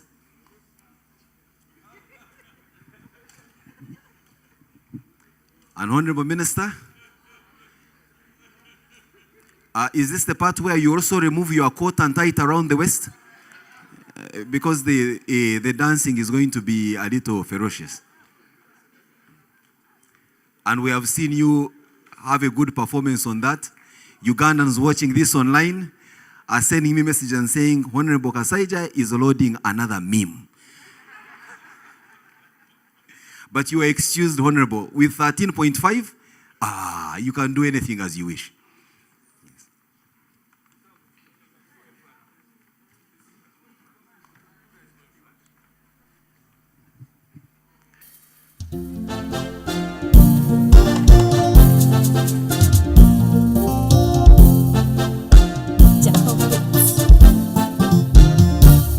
Time will come for you to be home. Are you planning for your tomorrow? In your home all by yourself, will you spend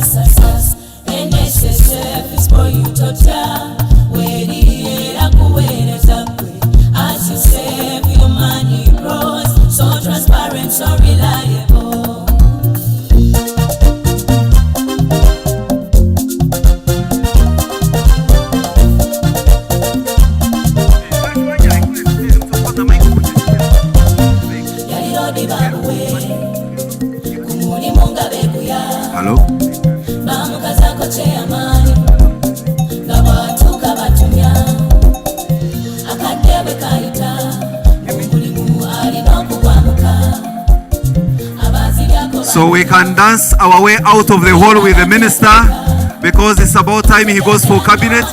Oh, and he removed the jacket. Oh my goodness. Did you see that? Wow. I knew this would end up like a worldwide wrestling event.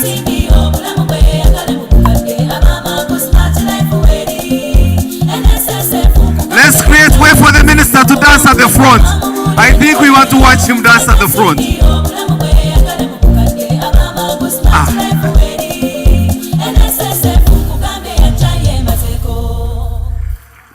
Thank you for putting up such a great performance. So if Honorable Kasaija could dance like this for just 13.5%, what will he do next year when he comes to announce 17%? He will break a limb. So with that performance, I think let's give way to the minister to exit, but the performance of our choir should not stop. Yes, so proceed. We now know our percentage interest rate. Sing for us as we make plans on what to use it for. But our program for the day continues.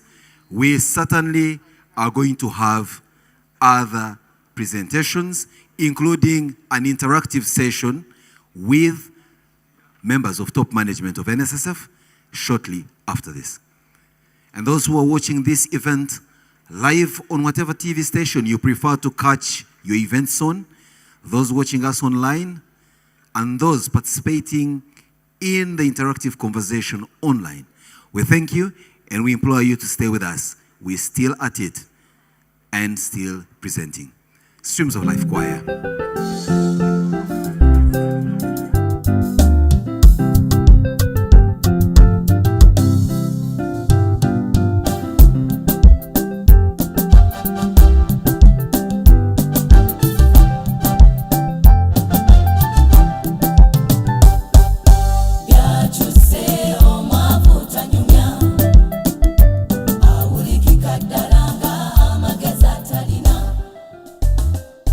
But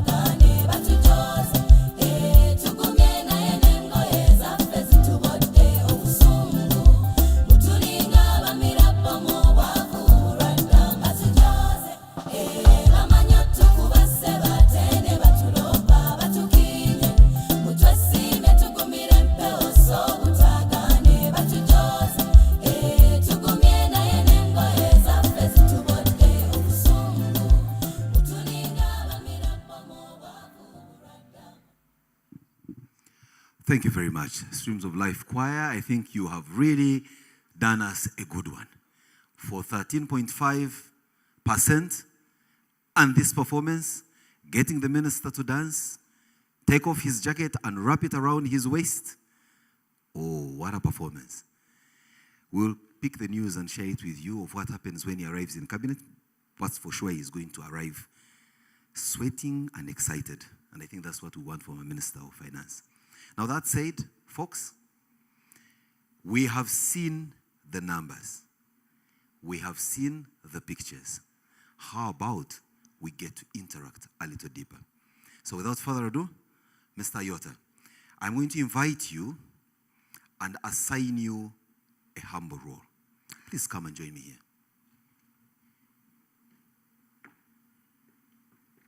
Thank you. You know your people better than myself, and you know in what order you want them to join you here. You also know the endearing words that you normally use to invite them to answer difficult questions when that time comes. I didn't want to do that because I haven't yet made my last claim. So I will leave it to you since you are their boss. Invite them, and then we will begin our panel discussion. Okay, Mr. Jere Kasato, Deputy Managing Director. We give them a hand clap as they arrive on the podium. Mr. Ken Owera, Acting CIO. Mr. Sajabi, with the Mr. HR regarding people. Ms. Isaac on legal matters. Ms. Barbara Arimi with marketing. Oh, Ms. CFO, these are your numbers. Please, Stevens, come and join us. So we'll just have, let me see. Yeah, we're good. So what you have is basically investments represented. Because I can handle anything you throw at him. People, all your benefit, contribution, membership is here. And yes, you're there. Let me also invite Penina, please come. Now, on those areas of informal sector, I think if the questions come, you'll have the most answers. So you've got it? Please. Okay, you guys sit. That's fine. Let her come.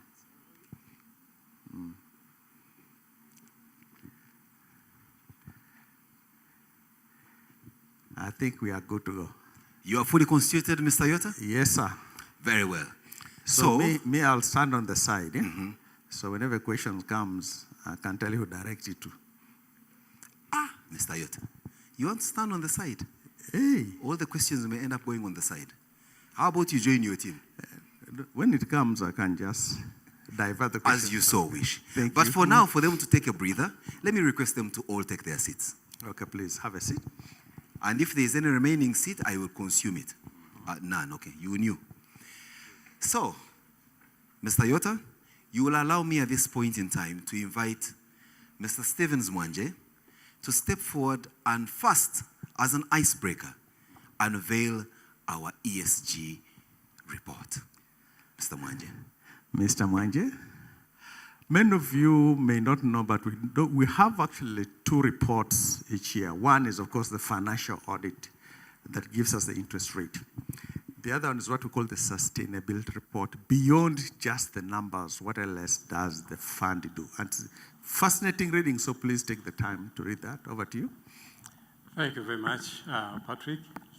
Thank you, members, colleagues, board members. I'm not very good at protocol, but I'm sure everybody is recognized.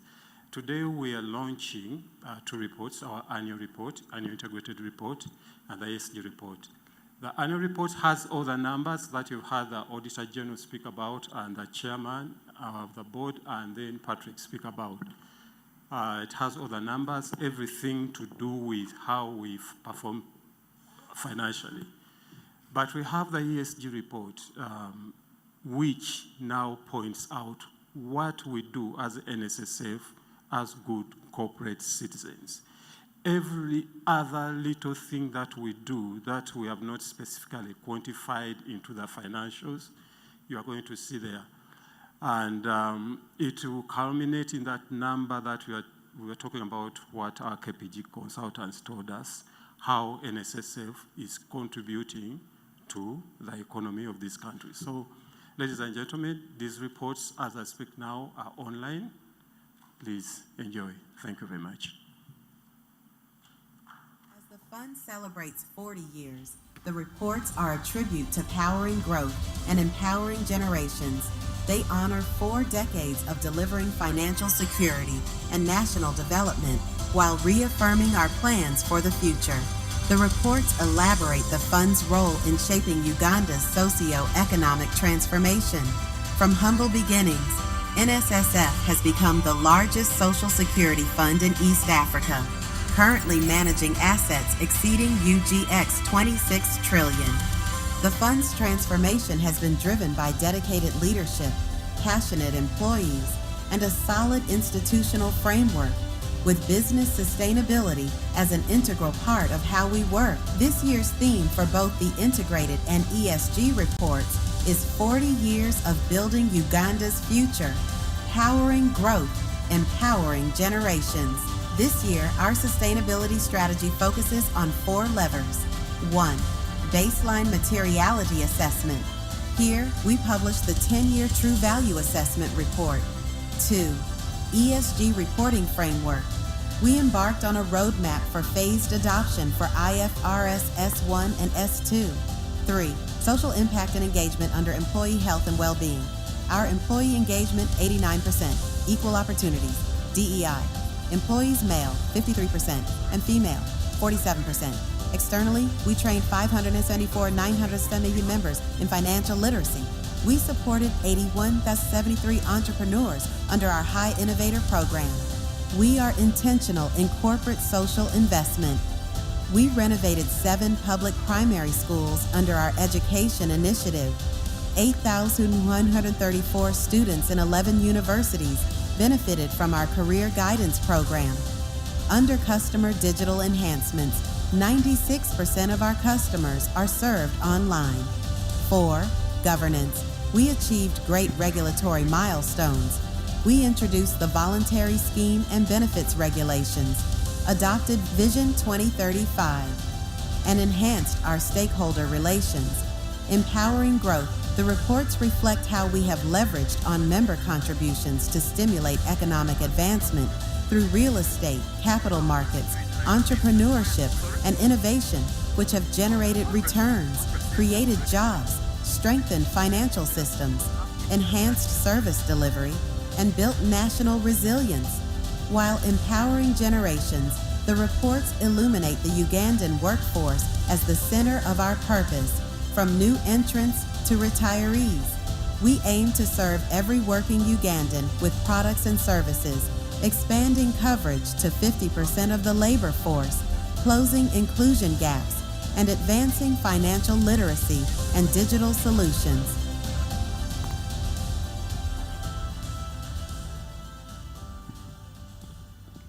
Thank you, ladies and gentlemen.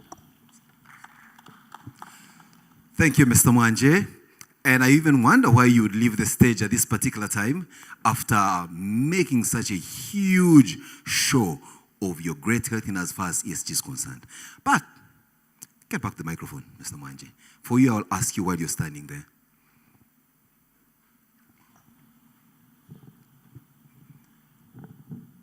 Speak to me like a 10-year-old. I know you as an institution that collects and keeps my savings. Yes. 10% from my employer, 5% from me, right? Yep. But when you say you want or you are increasingly becoming a caring corporate citizen, exactly what more should I expect from you? Taking more money or giving back a lot more of that to me? Okay, thank you, Simon. When we say that we are becoming an increasingly caring organization, we are just being a good corporate citizen, just like you as an individual citizen. You care about your country. You have to leave your country, leave it better than you found it. And everyone has to do their bit, and NSSF is doing their bit. those are some of the things that we do. So you've seen the summary. We are participating in creating employment. We are participating in infrastructure. We are participating in improving education. We are participating in improving the well-being of not only our staff and the nation at large. So when we say that we are becoming a good corporate citizen, we want to set the tone. We want to be something that can be remembered and say NSSF is here, was here, and will always be there, and the impact that it gives to Uganda as a whole is felt in the whole country. Wow. I think if you are a 10-year-old like myself, Mr. Mwanje here explains exactly the whole essence of ESG in as far as NSSF is concerned. You may wish to take your seat. Thank you. Now, Mr. Yota, show me the money bags. The guy that is holding the purse, the zip of the purse.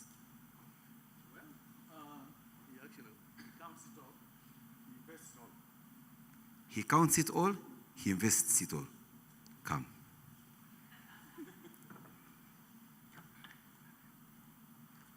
My question should have been as simple as show me the money. But that, not yet the case. Your MD appealed to the minister about things like infrastructure bonds with government, which is another safe way of not only contributing to the welfare of this country as far as huge projects are concerned, but also would bring us a great return, so that we're not announcing 13.5%, but something bigger than that. But from where you sit, if the minister doesn't come forward as he promised, where are some of the new areas you're thinking of investing our money to give us a return as big as this or even higher? Okay, thank you very much. Mr. MC, you'll forgive me as well. I do not remember the very detailed title that you introduced earlier on. Now, how will you remember to invest my money wisely if you can forget just my title? But you're forgiven. Thank you very much. Yeah, so good morning, members. We are very happy to have you today. In terms of where we invest the money, we largely invest in three areas. These are your government securities, your equities, which are your listed companies, and then your unlisted companies or your private businesses, those that are not on the exchange, and lastly is in the real estate space. Now, in terms of where we are looking going forward, and assuming the Ministry of Finance does not get back to us, what are some of the areas we are looking at? Some of the areas actually were highlighted in the MD's presentation, and that is largely in the area of private equity. As NSSF, we want to play a more active role in the real economy, and this is in a way in that we are able to identify private businesses that have potential for long-term growth, that have potential for, generating returns that can be able to benefit the member. And we'd like to walk this journey with them by providing them the necessary capital that they might need to grow their businesses. So as NSSF, we want to offer growth capital to local businesses that are clear about what they want to achieve, are clear about where they want to go. I think other areas that we could be looking at will be areas of infrastructure. Indeed, we recognize the fact that the Ministry of Finance and the government are very, very key partners in this area, but we believe there are also aspects of infrastructure that we can be able to tap into from a private perspective. And increasingly, we will look to identify those opportunities and invest in those areas. Thank you. Oh, tremendous. That's eloquently put. I think he deserves a hand clap, doesn't he? Now you can take your seat, and we leave the stage for the man himself, Mr. Sajabi. Hey. Those microphones on the chairs, besides your chairs, are placebos. They were just meant to make you feel a bit comfortable. But for the real show, it's now. First disclaimer, this question is not my question. We are picking questions from our audiences online, and some of them come very graphic. Mine is just to ensure that the language is sanitized. Gubayanga Dennis asks, and I will read verbatim. How are helping people, now some words will be missing, but you'll figure it out. This is how they ask questions online. Some words are incoherent, others are misspelled. So you must learn how to answer your various audiences in whichever way they come. So he asks, how are helping people who are working Job Connect companies, that don't pay their NSSF and they stop workers from work with no clear reasons? Secondly, assuming I have 1 million, what interest would I get? That's how the question appears online. But I think he's simply trying to say, how are you ensuring compliance of employers towards meeting this obligation of paying their due share? But he also stretches it higher, and maybe this could go to one of your board members who's a member of the Federation of Uganda Employers, on job security. He seems to be concerned about employees who lose their jobs at the whim of an employer.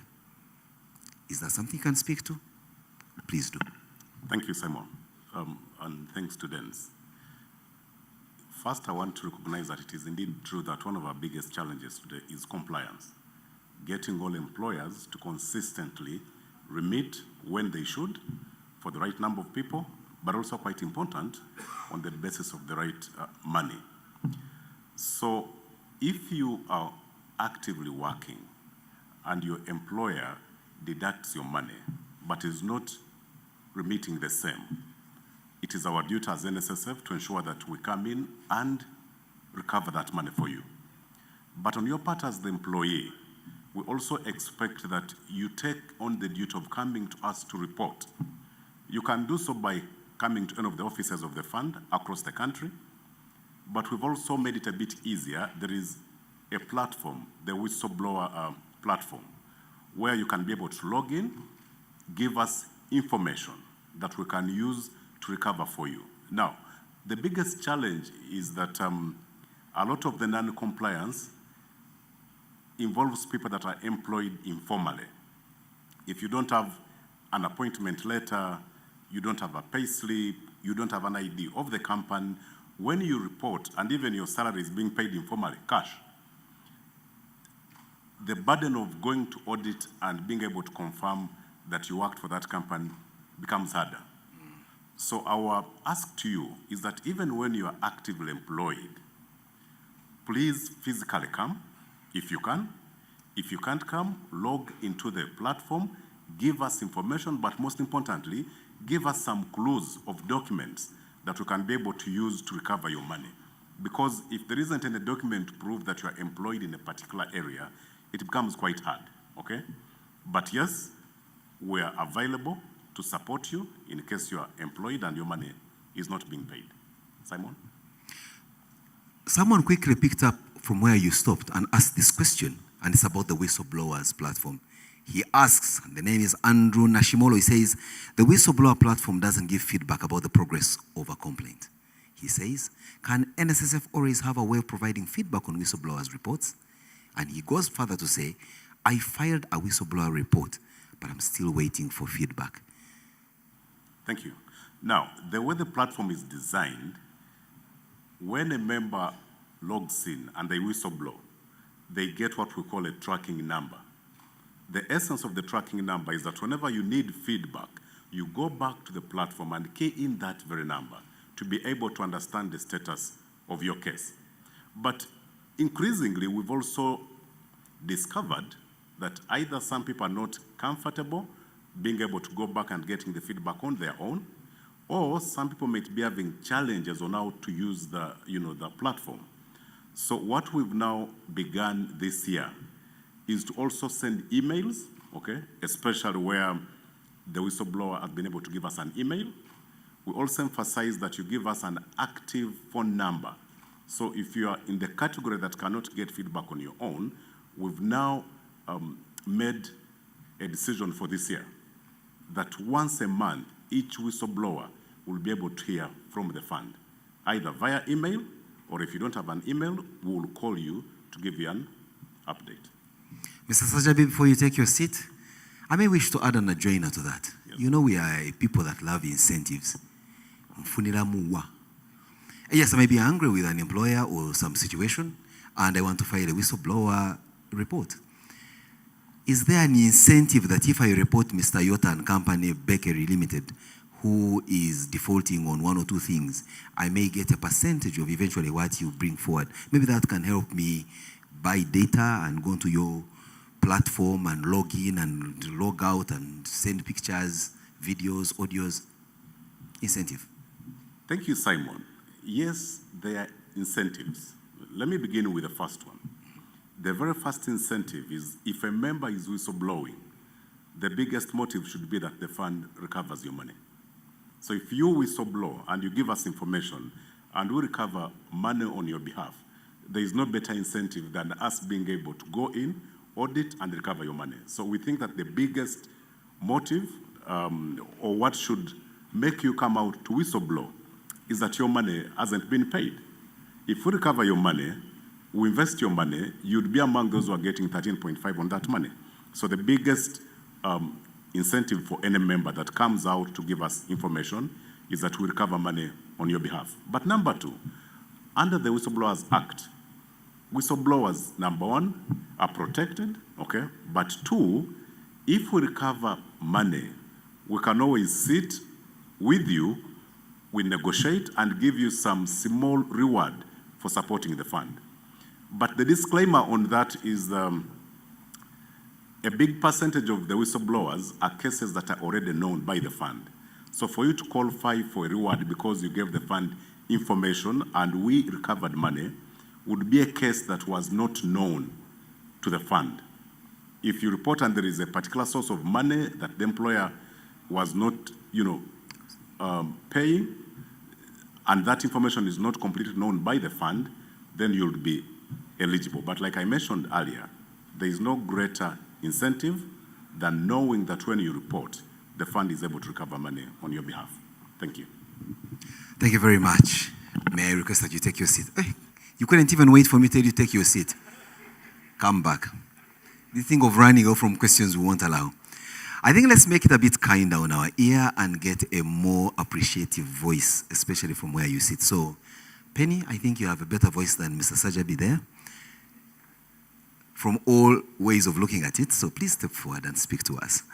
I have a nice question from a fellow lady who is asking why, if you're giving us 13% this year, why don't I actually be able to walk into NSSF, pick my 13% of this year, go and live my life, you keep the principal.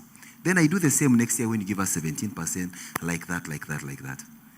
It sounds incomprehensive, but she's simply saying she may want to cash out every single year and just taking the interest and leaving you with the principal. Is that something that falls within what NSSF is able to do?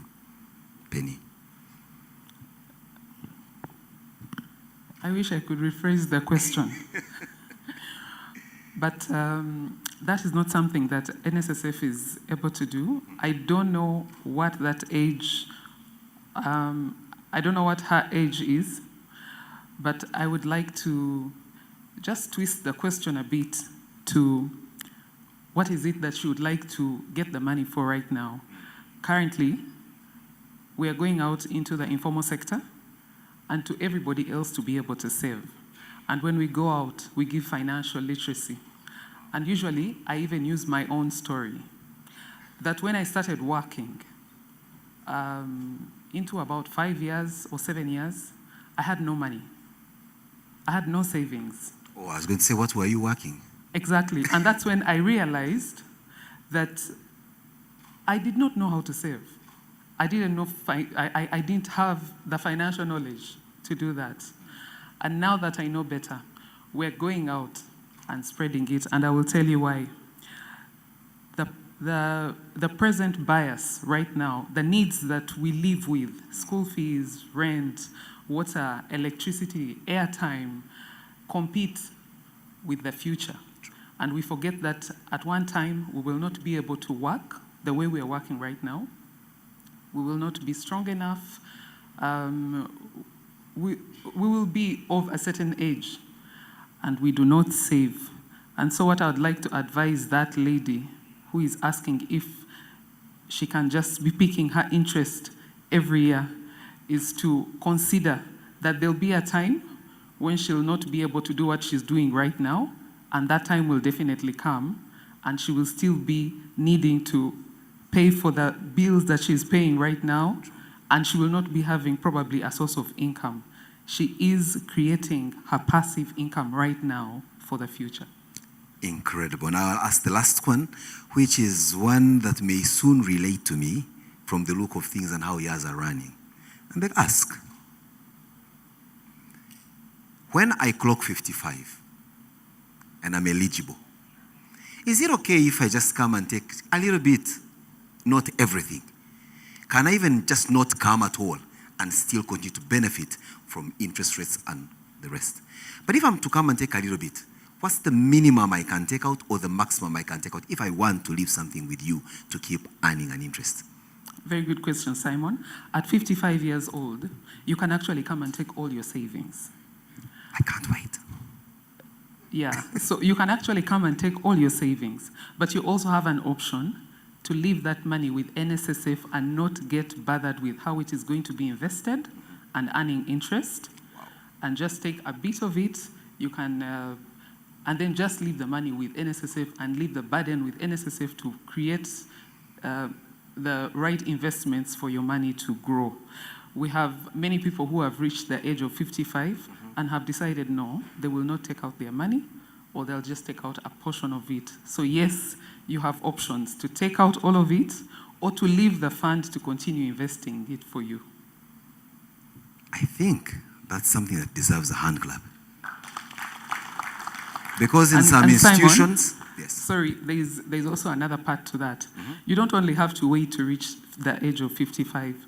There are those who leave this country and go to another country permanently, and they qualify to be paid the immigration benefit, because then now they subscribe to the laws of another country. Yes.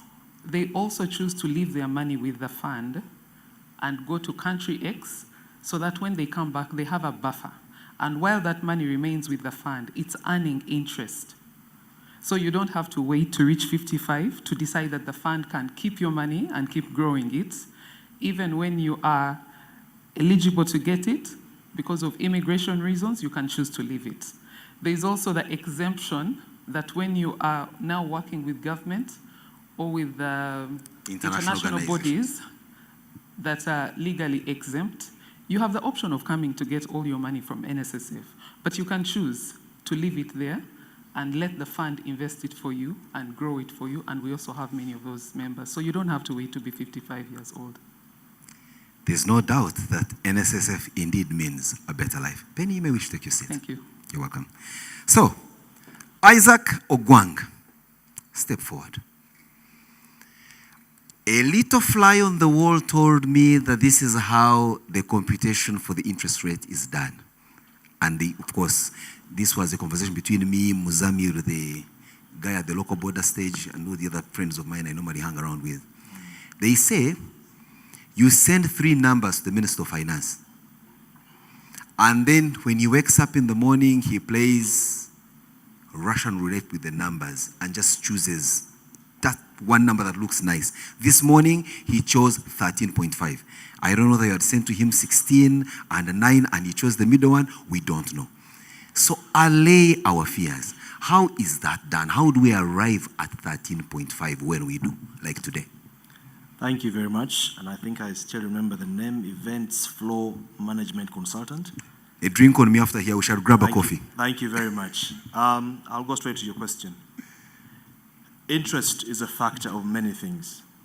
The performance of the fund, like you saw, we belabored how the fund performs, and therefore at the end of the day, after we have met all our costs, we come up with an amount of money that we are going to distribute to our members as interest. So that is the logic behind the interest, and the numbers that are shared with the minister are sensitive to that rationale.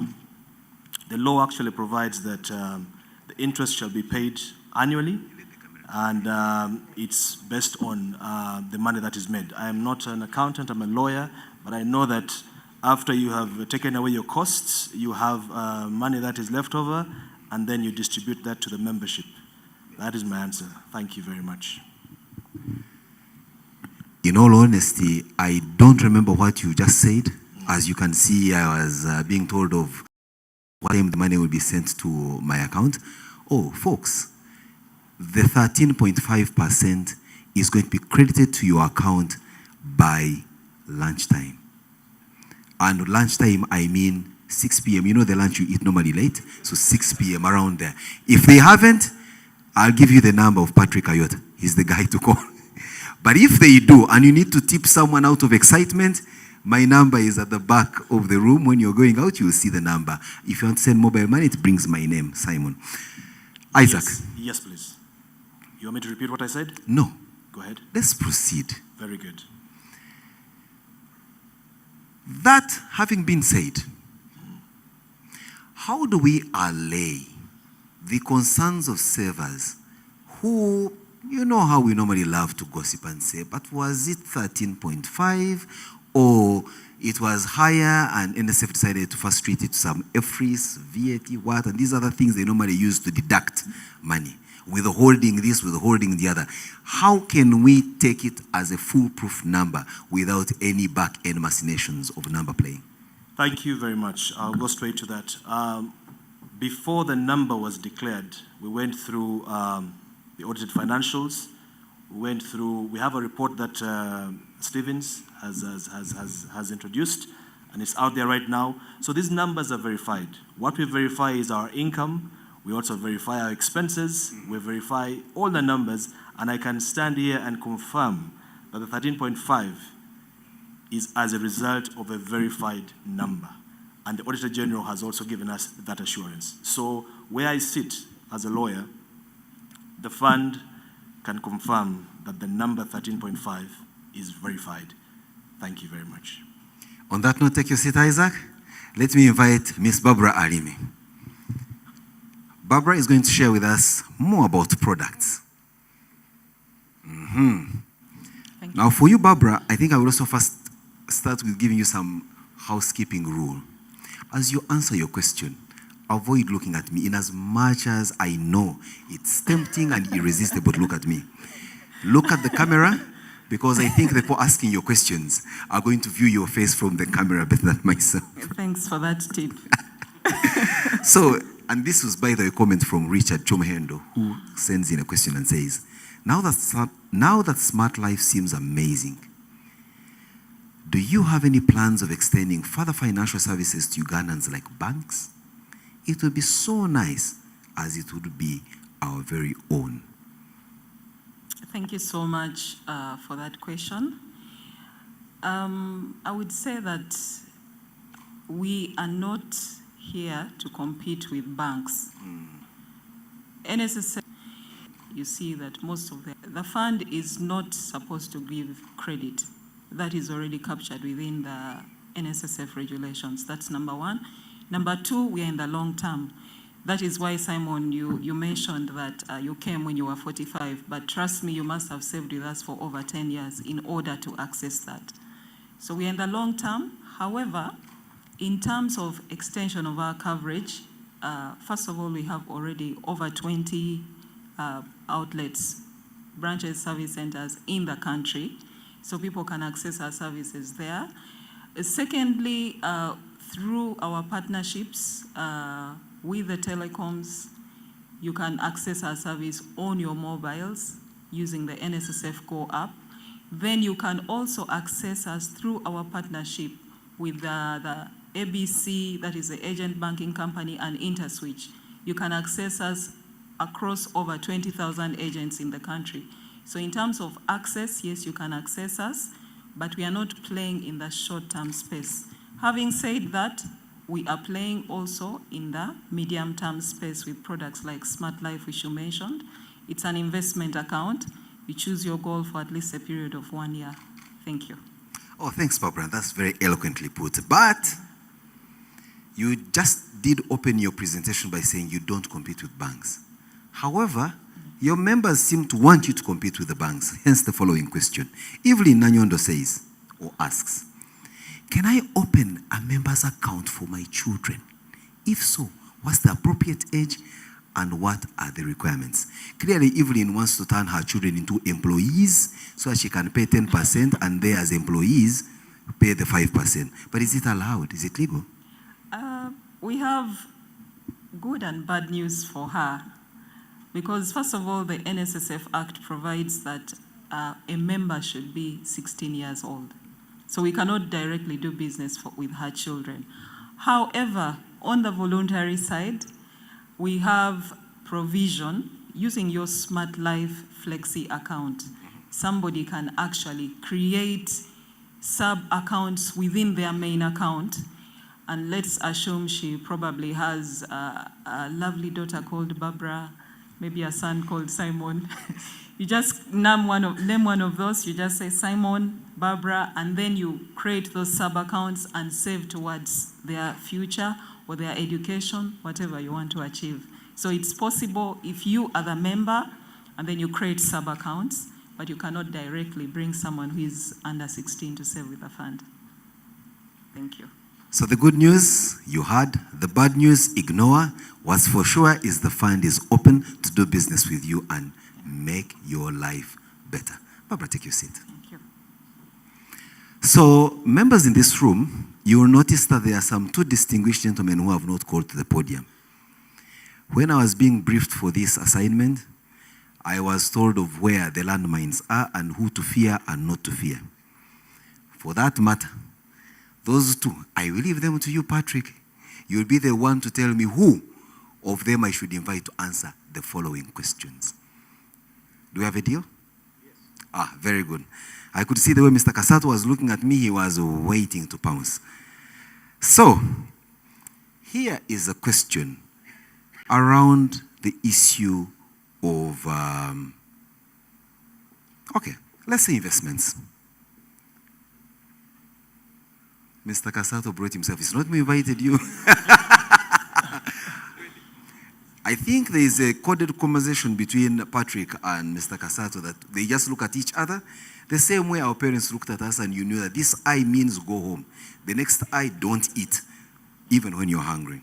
So, Simon from Adoke asks, glad to be part of this community.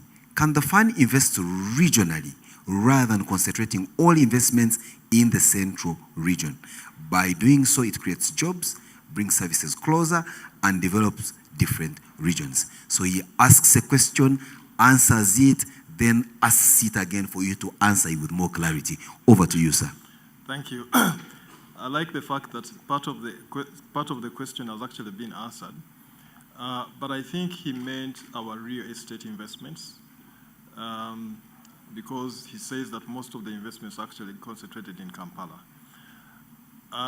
In terms of our real estate investments, we actually started investing regionally by investing in an office block in Jinja. It was the first. We spent about 4 billion Uganda shillings. That one opened the doors for us investing in other areas like Mbarara. We put up an office block. We spent almost 5 billion. We are now doing investments in Mbale. We're doing investments in Mbale.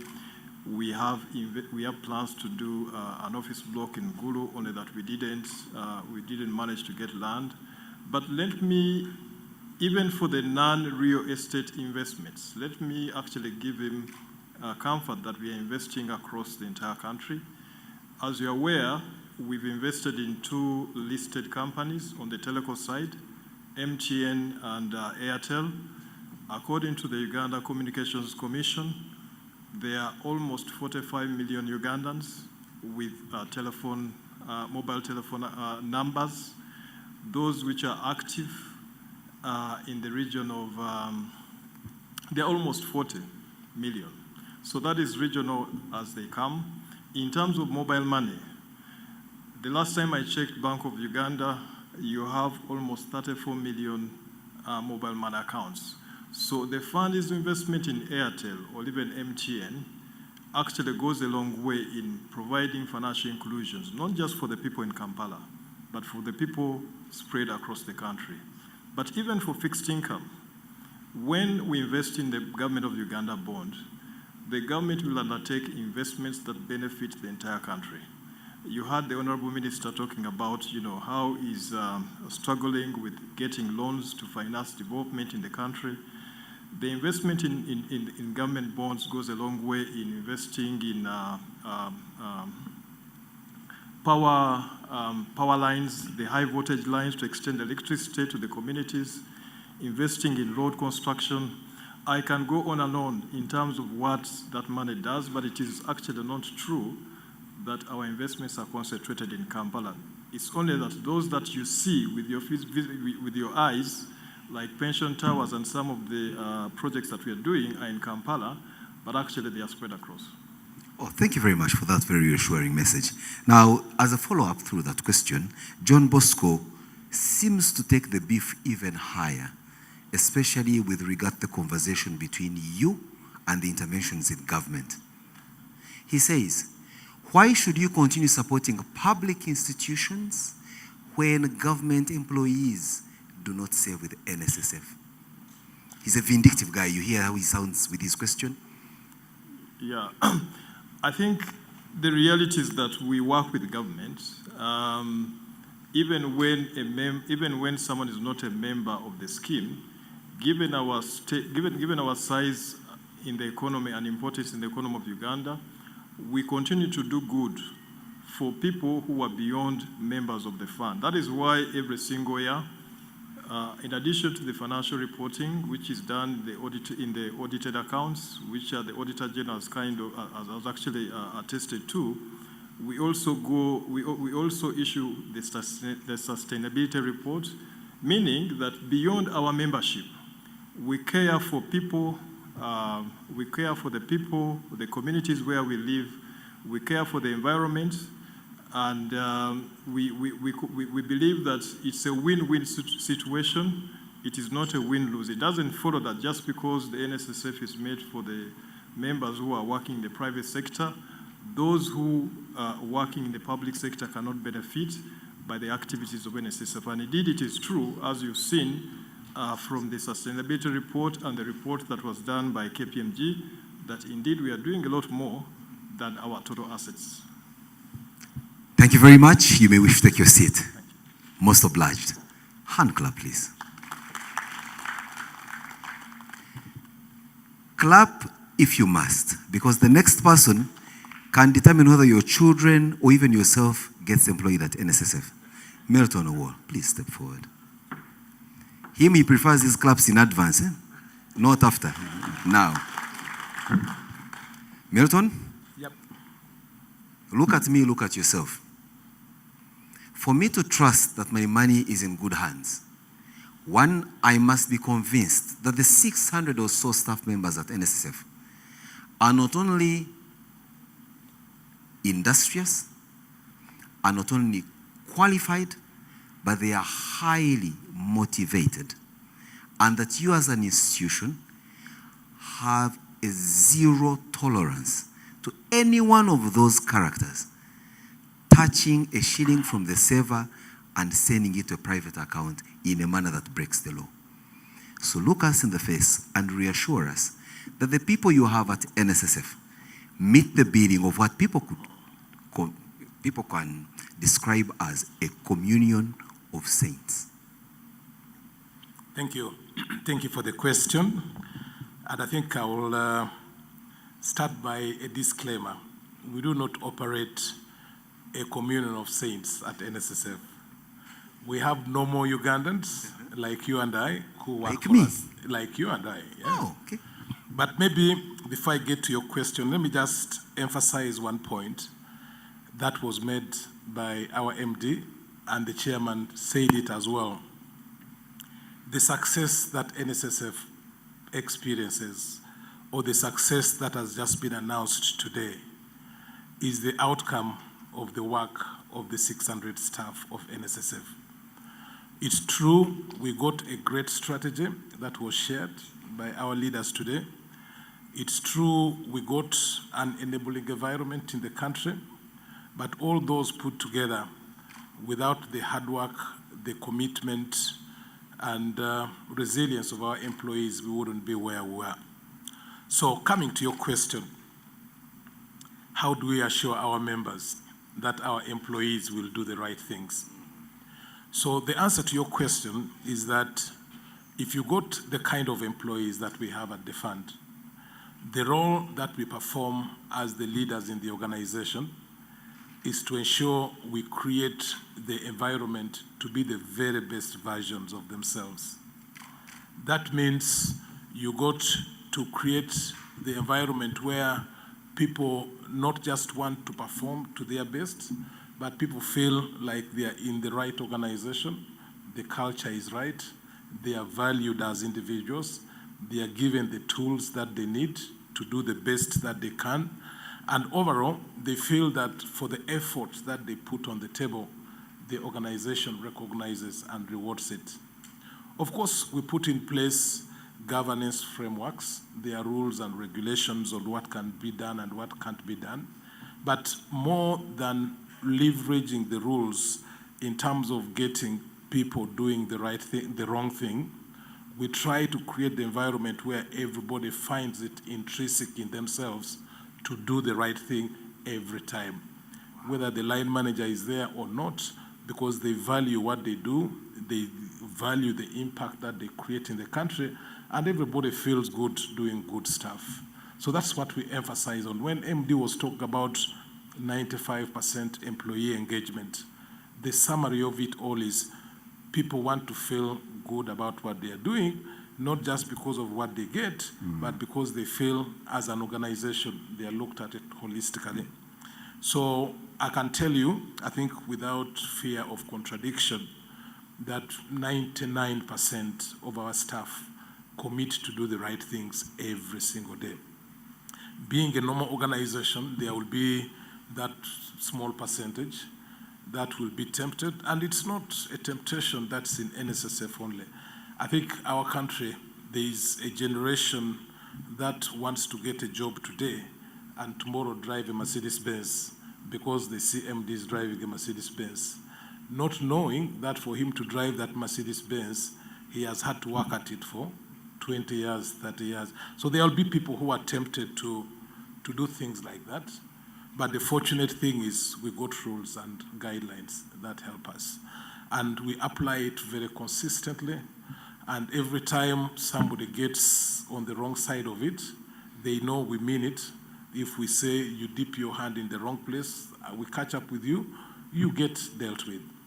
That, in a way, in itself is a bit of a deterrent.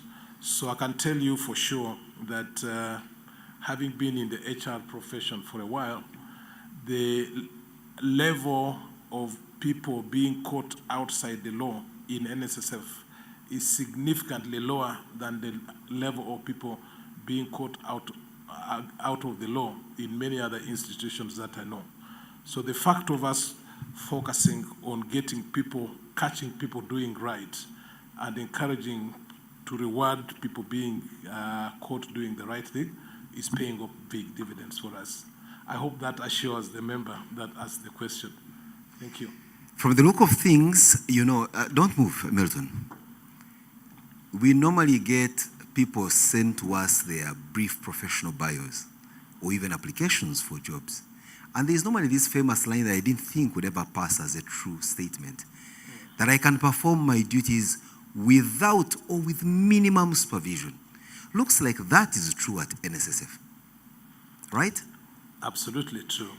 Great. So when it is true to that extent, and someone does everything right and excels exceedingly, what's the reward mechanism? Just a little bit on that. We saw the sanctions bit, the reward. Okay. So just so that people don't say, I said absolutely just because it's the convenient thing to say. The reason our people work with minimum supervision is because of the performance management process that we use. Wow. At the beginning of every year, financial year, which is July, we ensure that everybody has 100% clarity of what performance expectations are of them. So everybody knows to the letter what their employer expects them to do. So whether the supervisor is there or not, the person knows what needs to be done. The only role that supervisors do at the fund is to enable our staff to deliver what they need to deliver. What are the tools they need to deliver? What is the equipment they need to deliver? What's the environment? So once you create that, you can go and sleep and everyone will do what they do. So when you do employee engagement, there are a number of things, but you want me to be brief. So there are things which are to drive the right performance, the right behavior. There are things to sanction inappropriate behavior. So we focus on those things that drive the right behavior. And there are many things. The most one I can say, which I know many of my colleagues in the HR fraternity have come to chat with us and benchmark with us on, is how do you leverage your reward structure to drive performance in a more focused way. In a lot of companies here in Uganda and beyond, we work for salaries. You know, when you have a contract of employment which says your salary is 1 million bob, you know you'll get that money. So long as you show up for work, you go home, the 1 million will be there. The element of what HR people call variable pay is very low. Variable pay means the better you perform, the bigger that component goes up, or you call it bonus. Okay. So the bonus regime we operate at the fund is very, very directly linked to the performance output that our employees give. So for selfish reasons, I would like to earn as much as possible, right? The way I can maximize how much I earn is by performing as highly as possible so that my bonus also goes up. So over the last 3-4 years, the average performance of individuals at the fund has been going up and up and up, and equally their earning potential has been going up and up and up. So in summary, we do that, but beyond just the bonus element, we got recognition schemes that we operate at the fund. Recognition means if my boss finds me, catches me doing something good, he doesn't have to wait for bonus. He'll say, well done, Milton. Here is a voucher. Go have dinner for 2. Take your wife or somebody close to you. And that operates not just MD doing that for people reporting. Each of these gentlemen here can do for their teams and the people that report for them. So everybody looks out to catch somebody doing something right so that we can reward good behavior begets good behavior. So in summary, that's part of what we do. Thank you. Now let me turn to my people here in the audience. Folks, do you think I've done well? Do you think I've done well? So let's try and test what Milton has just said. If you agree that I have done well, let's see the reward from the vouchers and the dinners that he's talking about. Like you, not so Patrick. Let me wait. 1, 2, 3, 4, 5, 6, 7, 8, 9. And you know, in his statement, he said, each of these gentlemen and ladies do that to whoever does well. The example of it doing well is here. Let's wait and see. Patrick, before you come in, just to let you know, you are too good for me to ask a question. So what I'm going to do, I'm going to set you off to the crowd here. On condition that it is one question and it's from a lady. One question and from a lady over here. Patrick, that's your cue to start.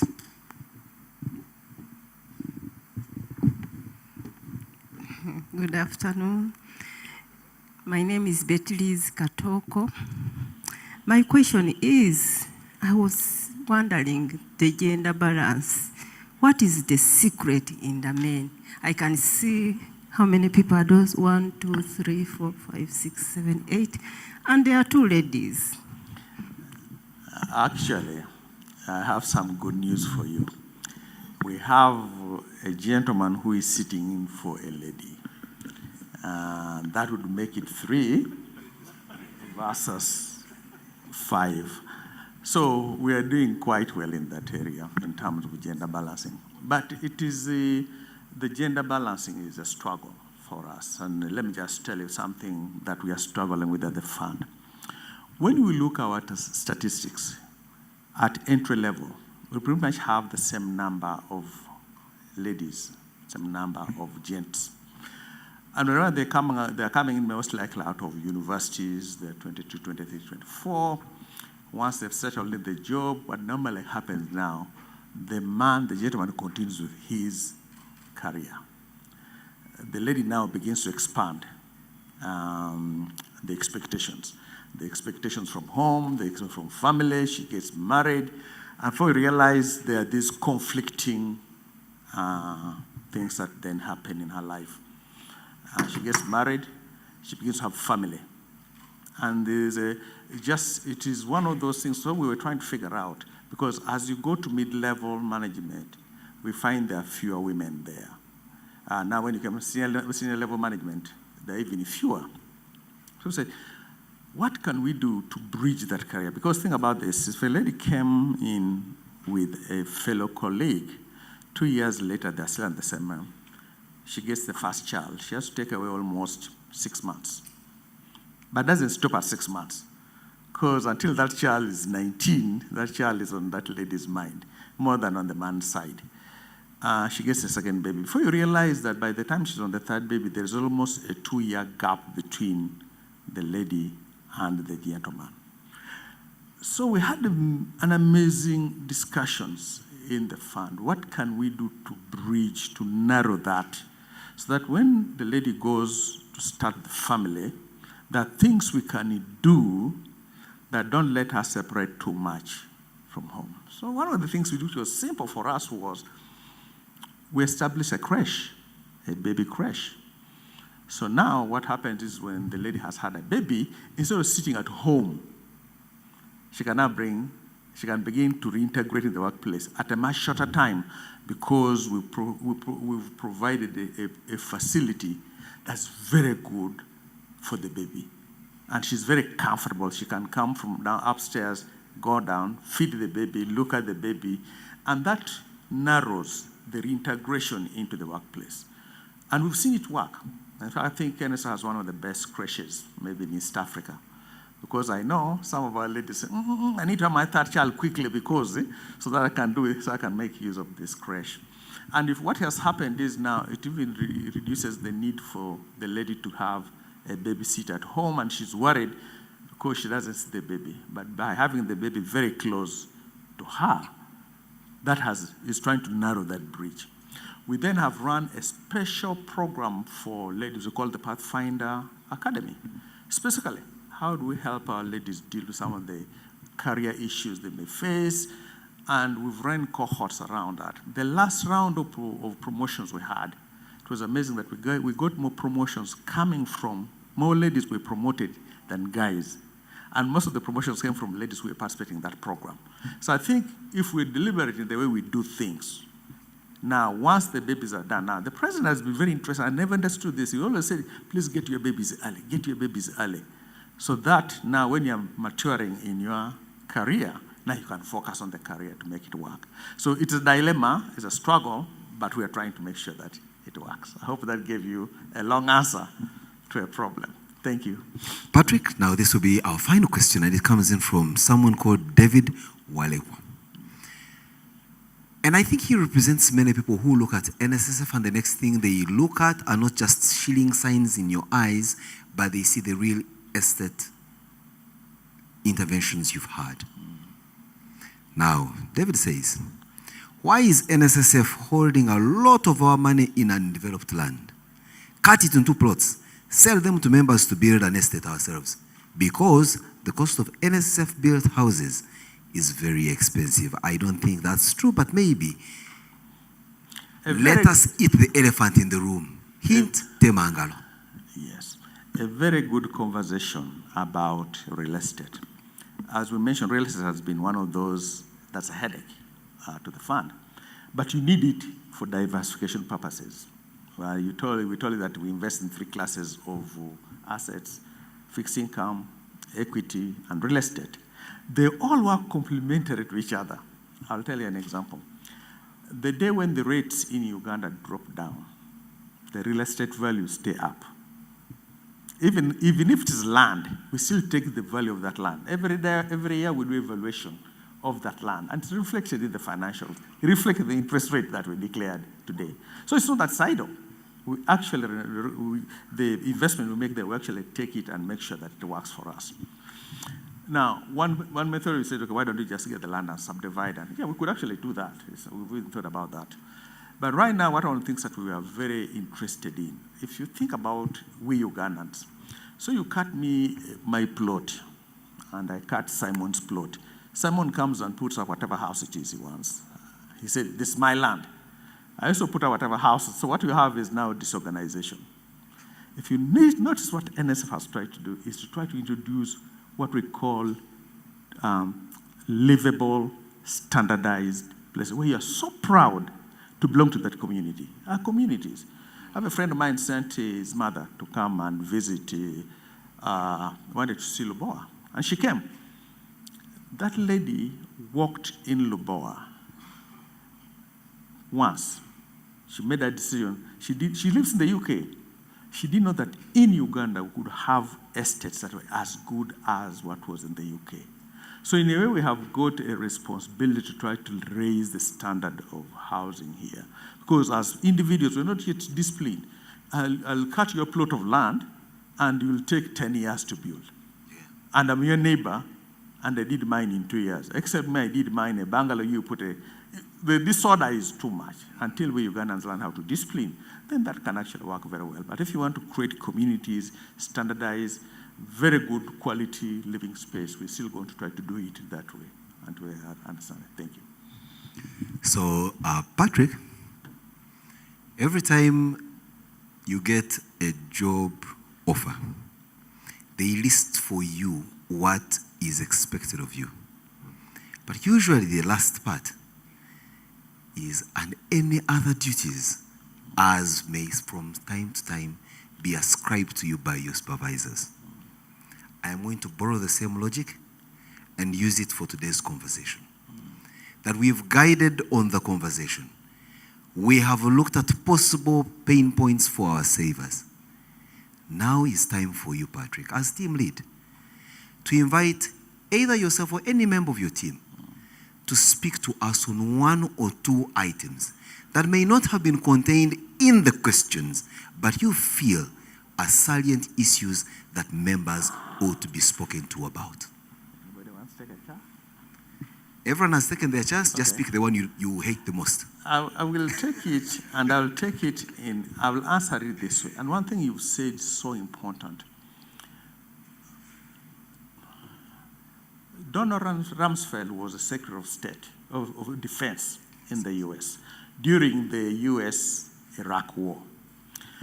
So he came up with this saying which was quite novel. He said, there are things we know, we know. He said, there are things we know, we don't know. Then he said, there are things we don't know, we don't know. And he said, you know, the things we know are 10% of your potential. The things we don't know. For example, if I collapse here now, Simon, most likely you may say, I need CPR, but you don't know how to give CPR. So there are things you don't know. The things we don't know are 20% of our potential. The things we don't know are 70% of our potential. Guess what we wrote on our job descriptions? Guess what's on your job description? The things that we know, we know.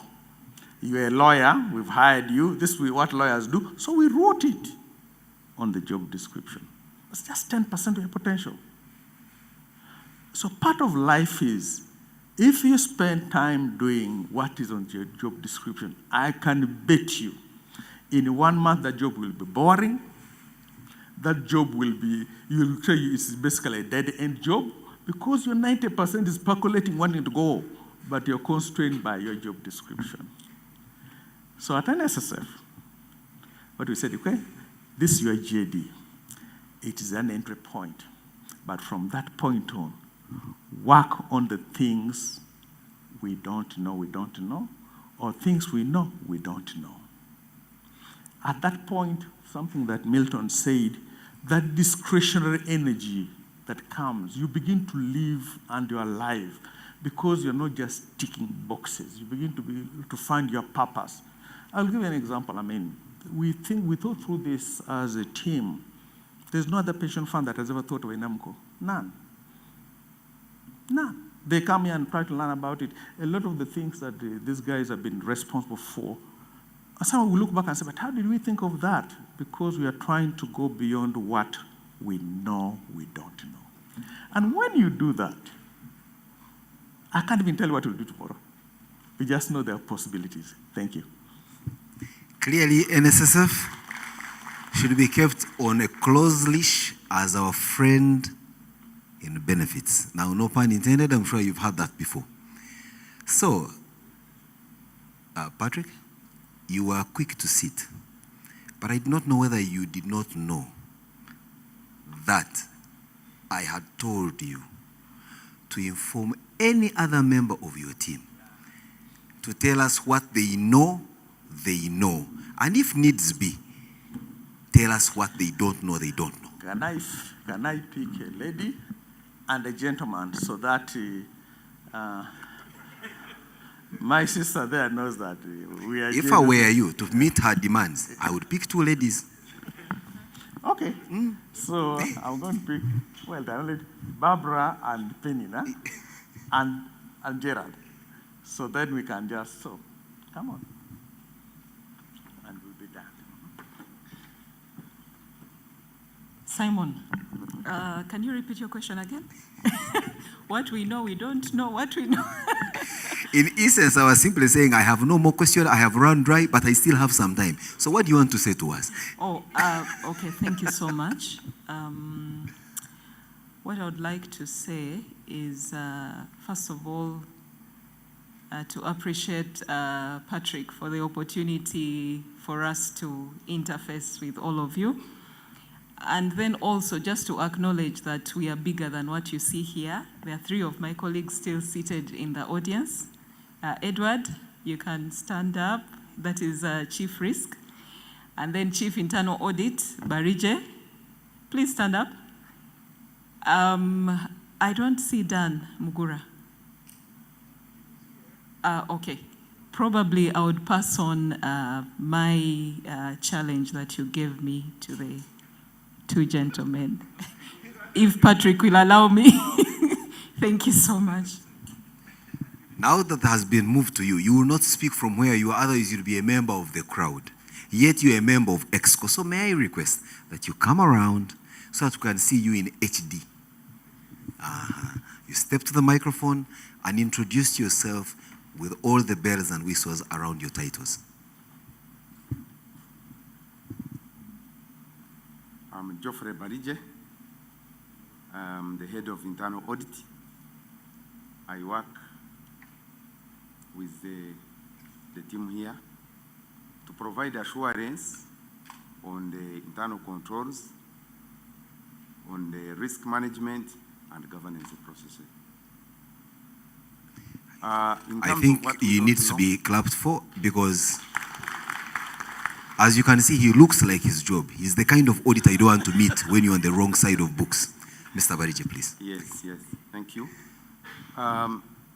What we don't know, of course, we have this big animal called the risk management. We go and set objectives. We don't know whether we shall be able to achieve all the objectives. So there are risks that we don't know when we are setting the objectives. But the good thing, we work as a team here, as Patrick has explained. We work as a team to be able to make sure that when we have set the objectives, then we go behind to make sure that we identify those risks that can stop us from achieving the objectives. I think I will give a chance to my brother, Edward, to add something as far as the risk management is concerned. I thank you so much for this opportunity. You're welcome. Edward. I'm the Chief Risk Officer. I think what we have not talked so much today about is risk management. The measure of how effective risk management is done in an organization is the extent to which the organization achieves its objectives. With the results that have been displayed here, it is a confirmation that in the NSSF, we have robust and dynamic risk management framework. And for that reason, year in, year out, we are able to give you the results that you get. Thank you very much. So, having heard from the risky people and the auditors, please, let's proceed. I was giving you a sound bite on which to walk to your seats, but thank you very much. Having heard from these two distinguished gentlemen who, I think for their own safety and as part of risk management, they chose to be with the audience as listening posts while their team were out here on the spotlight. A very final one, Patrick, with your indulgence, a very important question has come through, and I am guided that only Isaac and Mr. Sajabi can answer it, and they must answer it standing together. So now we are going in two pairs. So Isaac and Sajabi.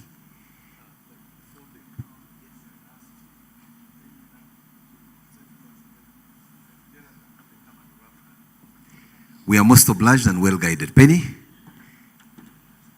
I'm supposed to say something that I don't. Anyway, when we are talking about saving, especially to our people in the informal sector, and I like this a lot because, again, you give me another chance, is that we tell them, we use the analogy of the jerry can. The jerry can. And we say that for you to wait for that moment when you have enough money to save, that moment will just never come. Because the moment you get money, you have present needs lined up for you. Again, I talk about that. But then we talk about the jerry can, and we say that if you got a jerry can and put it under a tap, and use a tondo, and there are even some minutes in between, and another one comes, what are you going to find in the morning? A full jerry can. And that is what we use to tell them the power of compounding. That saving as a way of life is that even if you're selling chapati by the roadside and you've sold 10 chapatis in the day, save 2 for your future. If you're going to ride a border and you've got 10 basabaze for the day, save 1 musabaze for your future. That is the dot. And what's going to happen when you compound that over a week and a month and a year and another year, you will be pleasantly surprised because NSSF is going to give you interest monthly on those little dots that will come out as a big basket, which is the full jerry can. Thank you. I think Patrick, Penny makes a very important submission, but for me, it's not just the content, it is the form in which it is made. For many years, you as NSSF were accused of being an elitist institution. Your members were employed people with white-collar jobs. And therefore, those in the informal sector with blue collars or no collars at all for their jobs felt left out. But from the way she's speaking, even getting down the local language, you could barely find an advert of NSSF in any local language. Now we see you going out there to pick the last person in the earning economy to bring some money and save for their future. Thank you. Deputy MD. Thank you, Simon. I think you wanted us to speak to things that have not been spoken before. I just want to share 2 things. Number one, after the ministers declared interest today, when Patrick made his presentation, the total assets are 26 trillion. But after the interest decision today, it means that our net assets are 136 billion. Last year, when interest had been declared, the net assets were 123 billion. Why is that one important? It is important because it underscores the role of risk management, which my colleague Edward was speaking to. It means that we have to prudently manage the affairs of the fund. If NSSF was a company, a company's net assets equals its share capital. So if it was a company, you could argue that although the total assets of the fund are 26 trillion, our share capital is 136 billion. That is net assets. So it underscores the role of risk management. Number two, NSSF is a good corporate citizen. When you look at our financial statements, in the year ended 30th of June 2025, we paid 242 billion in taxes. The year before, it was 216 billion. In the last 5 years, when you add cumulatively, you have almost 1 trillion shillings. Why is that important? It is important because we are having good conversations with our bosses, policymakers. We believe that some of the creative things that the fund wants to do today in the areas of infrastructure financing, in the areas of alternative investments, requires a good tax regime. The interest that has been declared of 13.5%, 1 percentage point, according to our financial statements, represents about 222 billion. So you can do the math and see if, we had a tax regime that actually didn't tax so much retirement savings. I think those are the two things that I wanted to add. Now my colleagues can come. All right, so the duo of Isaac and Sajabi, please step forward. And this is really a question that comes in very emotively. We've had a situation where investors, especially those involved in huge infrastructure projects, employ large numbers of Ugandans, but for largely menial jobs. But even then, those Ugandans, their huge numbers, deserve to be enlisted in NSSF. And the experience has been that these investors will keep NSSF out of the door when you come to check, especially even when you send your high-ended emails, how many employees do you have? They will never tell you their numbers. And that means you may have to go on the ground and physically count them. But how are you going to show up at a road construction site somewhere in a remote part of the country to count how many local employees are in there and whether or not the institution is compliant? Now, questions abound. How are you going to sort that issue out? Because it's increasingly becoming a concern. Legally, if you find non-compliance, is it a slap on the wrist, or they hang you upside down at City Square and flog you 1,000 times by sunrise? Okay, tough one. Isaac will touch, I think, especially the legal, aspects. Let me speak to what the practice is. So, Simon, you're totally right. And I think I mentioned this earlier, that part of what makes compliance harder is where people are employed informally. Even within the formal economy, you still have people employed informally. And I'll speak to about two sectors. So if you look at the construction, sector, if you look at some of the manufacturing, side, you have people that are termed as casuals. They don't have an appointment letter, they don't have a pay slip, they don't have a contract, but even to make it worse, they are paid on a daily basis. They are paid cash, 5,000 every day. In the past, many factories would make them sign in a book and would insist to get those books and try to compute. Some have even gotten smarter. They don't even sign anywhere because it looks like that's money that they can be able to account for. So that makes it real hard. That even when such people come to whistleblow and you go to audit, most likely you will not find them on the books. So the only thing that we are now beginning to do is to do physical head counts. Of course, again, the challenge is that when we do the physical, head counts, you don't know how much someone is earning. So you only now begin talking to the management of that particular company to say, look, you are paying NSSF for 40 people, but when we did a head count, we discovered 500 people. Then you begin to haggle, to negotiate.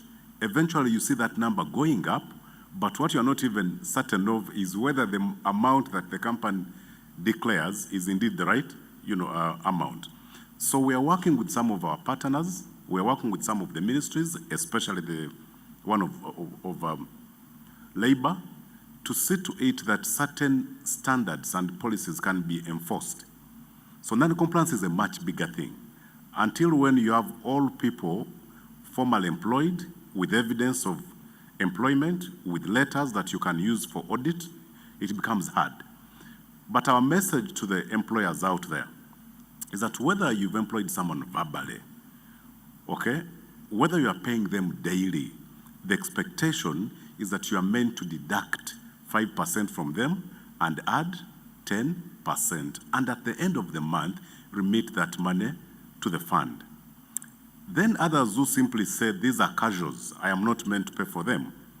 There is no provision that says that there is a category called casuals and therefore you do not contribute for them. To conclude, a person that would classify as casual and therefore the obligation may not be very strict. Let's take an example of a school. We've got our grass that needs to be slashed. We don't keep anyone to do that work on a daily. Maybe once every 4 months, we get a guy in the neighborhood who slashes, we pay him 10K, he leaves. That person cannot be classified as your employee. But for as long as you take me on, and that becomes my work every day, then you cannot deny me the right to NSSF under the guise of being casual. So yes, it is challenging, but as we work with our partners, but also as such individuals come to NSSF and give us information, we think it's a challenge that gradually we'll be able to overcome. Thank you. Thank you. I'll pick it up from there. The provisions of the NSSF Act are very clear. There is a clause that creates offenses. One of the offenses is failure to register. Now, Geoffrey has been talking about evidence because we only go to court when we have evidence. So we are working with partners like Geoffrey has said on our side. We also work with partners. We have CID that we're working with. We're working with the ODPP and we're working with the courts of law. But the bottom line here is that for us to be able to sustain a case before court, we require evidence. Now the evidence is with you, with the person who is being, affected. So we always call on people, bring up that information, let's build that evidence, and let's go to court. Because the NSSF Act provides for offenses. The MD in his speech mentioned that we had had a few CEOs locked up. That is very true. We have a number of cases that we're running with, and the law empowers us to prosecute in the criminal court, and we're doing that. We have a group of licensed prosecutors who go to court countrywide, and the result is actually there. But the challenge we face is evidence. The informality in the employment is a big challenge, but more importantly, we need to partner together with you as the employees. How about you provide this information to us? There's a whistleblowers platform. Bring that information to the whistleblowers platform. There are labor officers. We're working with the labor officers because they have the right to go to their premises and get information. Another thing that we are also doing is, that under the law, inspectors are provided for. Now, these inspectors have a right to go onto premises to be able to, for example, carry out a head count. I know there's resistance, but working together with the CID, we're able to do some of these things. So a few instances where we have gone onto premises and seized documents and gone to court for that purpose. So there is light at the end of the tunnel, but it's important that we work together because the courts that we go to require evidence, and the evidence comes from you and I. So my charge to you or my call to you is, when you are employed, have these hard conversations with your employers. Let them know that you have rights. And on our side, backed by the NSF Act, we will be able to go to court to turn around that bad situation into a situation where you can get your savings and benefit from the kind of interest that we're declaring today. Thank you very much. Wow, what a way to put it and what a way to close. Patrick, I believe that your team has its job clearly cut out, and it's interesting even how they present. There is a group that is nice and good and they speak to you nicely. Then there is the part that looks like they are hatchet men. They will come for you when you delay. Then there are those who announce good results. Then of course there is our good friend Barbara who will speak to you so kindly. So it's a mix of different qualities that make the fund a place that will give us a better life. That said, Patrick, it's my humble pleasure. There's a way Patrick looks at you like he's telling you, please don't say what you're about to say. I swear to you, Patrick, I was not going to say that from what you're going to pay me for today's job, add 15% to my account, then me, I'll bring 5. That's not what I wanted to say. I simply wanted to say, you will close, I will invite the choir to sing the anthems, but most importantly, these guests of yours need to know that you've prepared them a sumptuous lunch, which is going to be served within the premises of this place, and I'm sure our teams variously have approached you individually and provided you with an entry coupon and the directions of where our lunch is going to be served. Don't fail to eat part of your money, starting with the lunch now. This lunch has been procured by part of the 13.5%. So let's give Patrick the honors to address us and after dismiss us.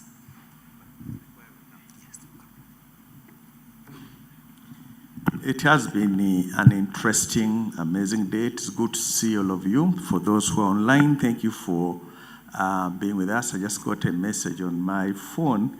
Somebody is in Tel Aviv, and my end is, guys, they're doing here this service, so let's get it together. When you hear that somebody has done wrong with the fund, or you think so, we've still got people in Uganda who think that all services must be paid for. All services in the fund you come for are free, whether you're registering, whether you're contributing, whether you're applying for a benefit. So anybody who stands somewhere near our door and tells you can get better than, you can get faster, please don't believe them, just come. We have enough people to help you so you can get your money in full. We've got members who have lost 20%, 30% of their money because they just didn't walk through the door. The guy got the forms, filled it for them, said, you leave it for me, I know somebody there. In fact, you're going to get it in 2 weeks. We paid within 1 week. So the member thinks this guy is a miracle worker. So please, it's your fun. If you have questions, ask. You can walk in any branch. You can make a phone call. We'll answer those questions for you. It is the one thing, and I'll end up on this. I look at NSF today, and Simon alluded to it. It's run by Ugandans. All the way from the chairman of the board, actually the ministers, all the way to the person who would be the lowest person. We are all Ugandans. So it's a testament that when somebody says all Ugandan thieves, no, we are not. All Ugandans are corrupt, no, we are not. NSF is a testament to what can happen to this country if we Ugandans just focus, like Milton said, to do right. God bless you. Thank you.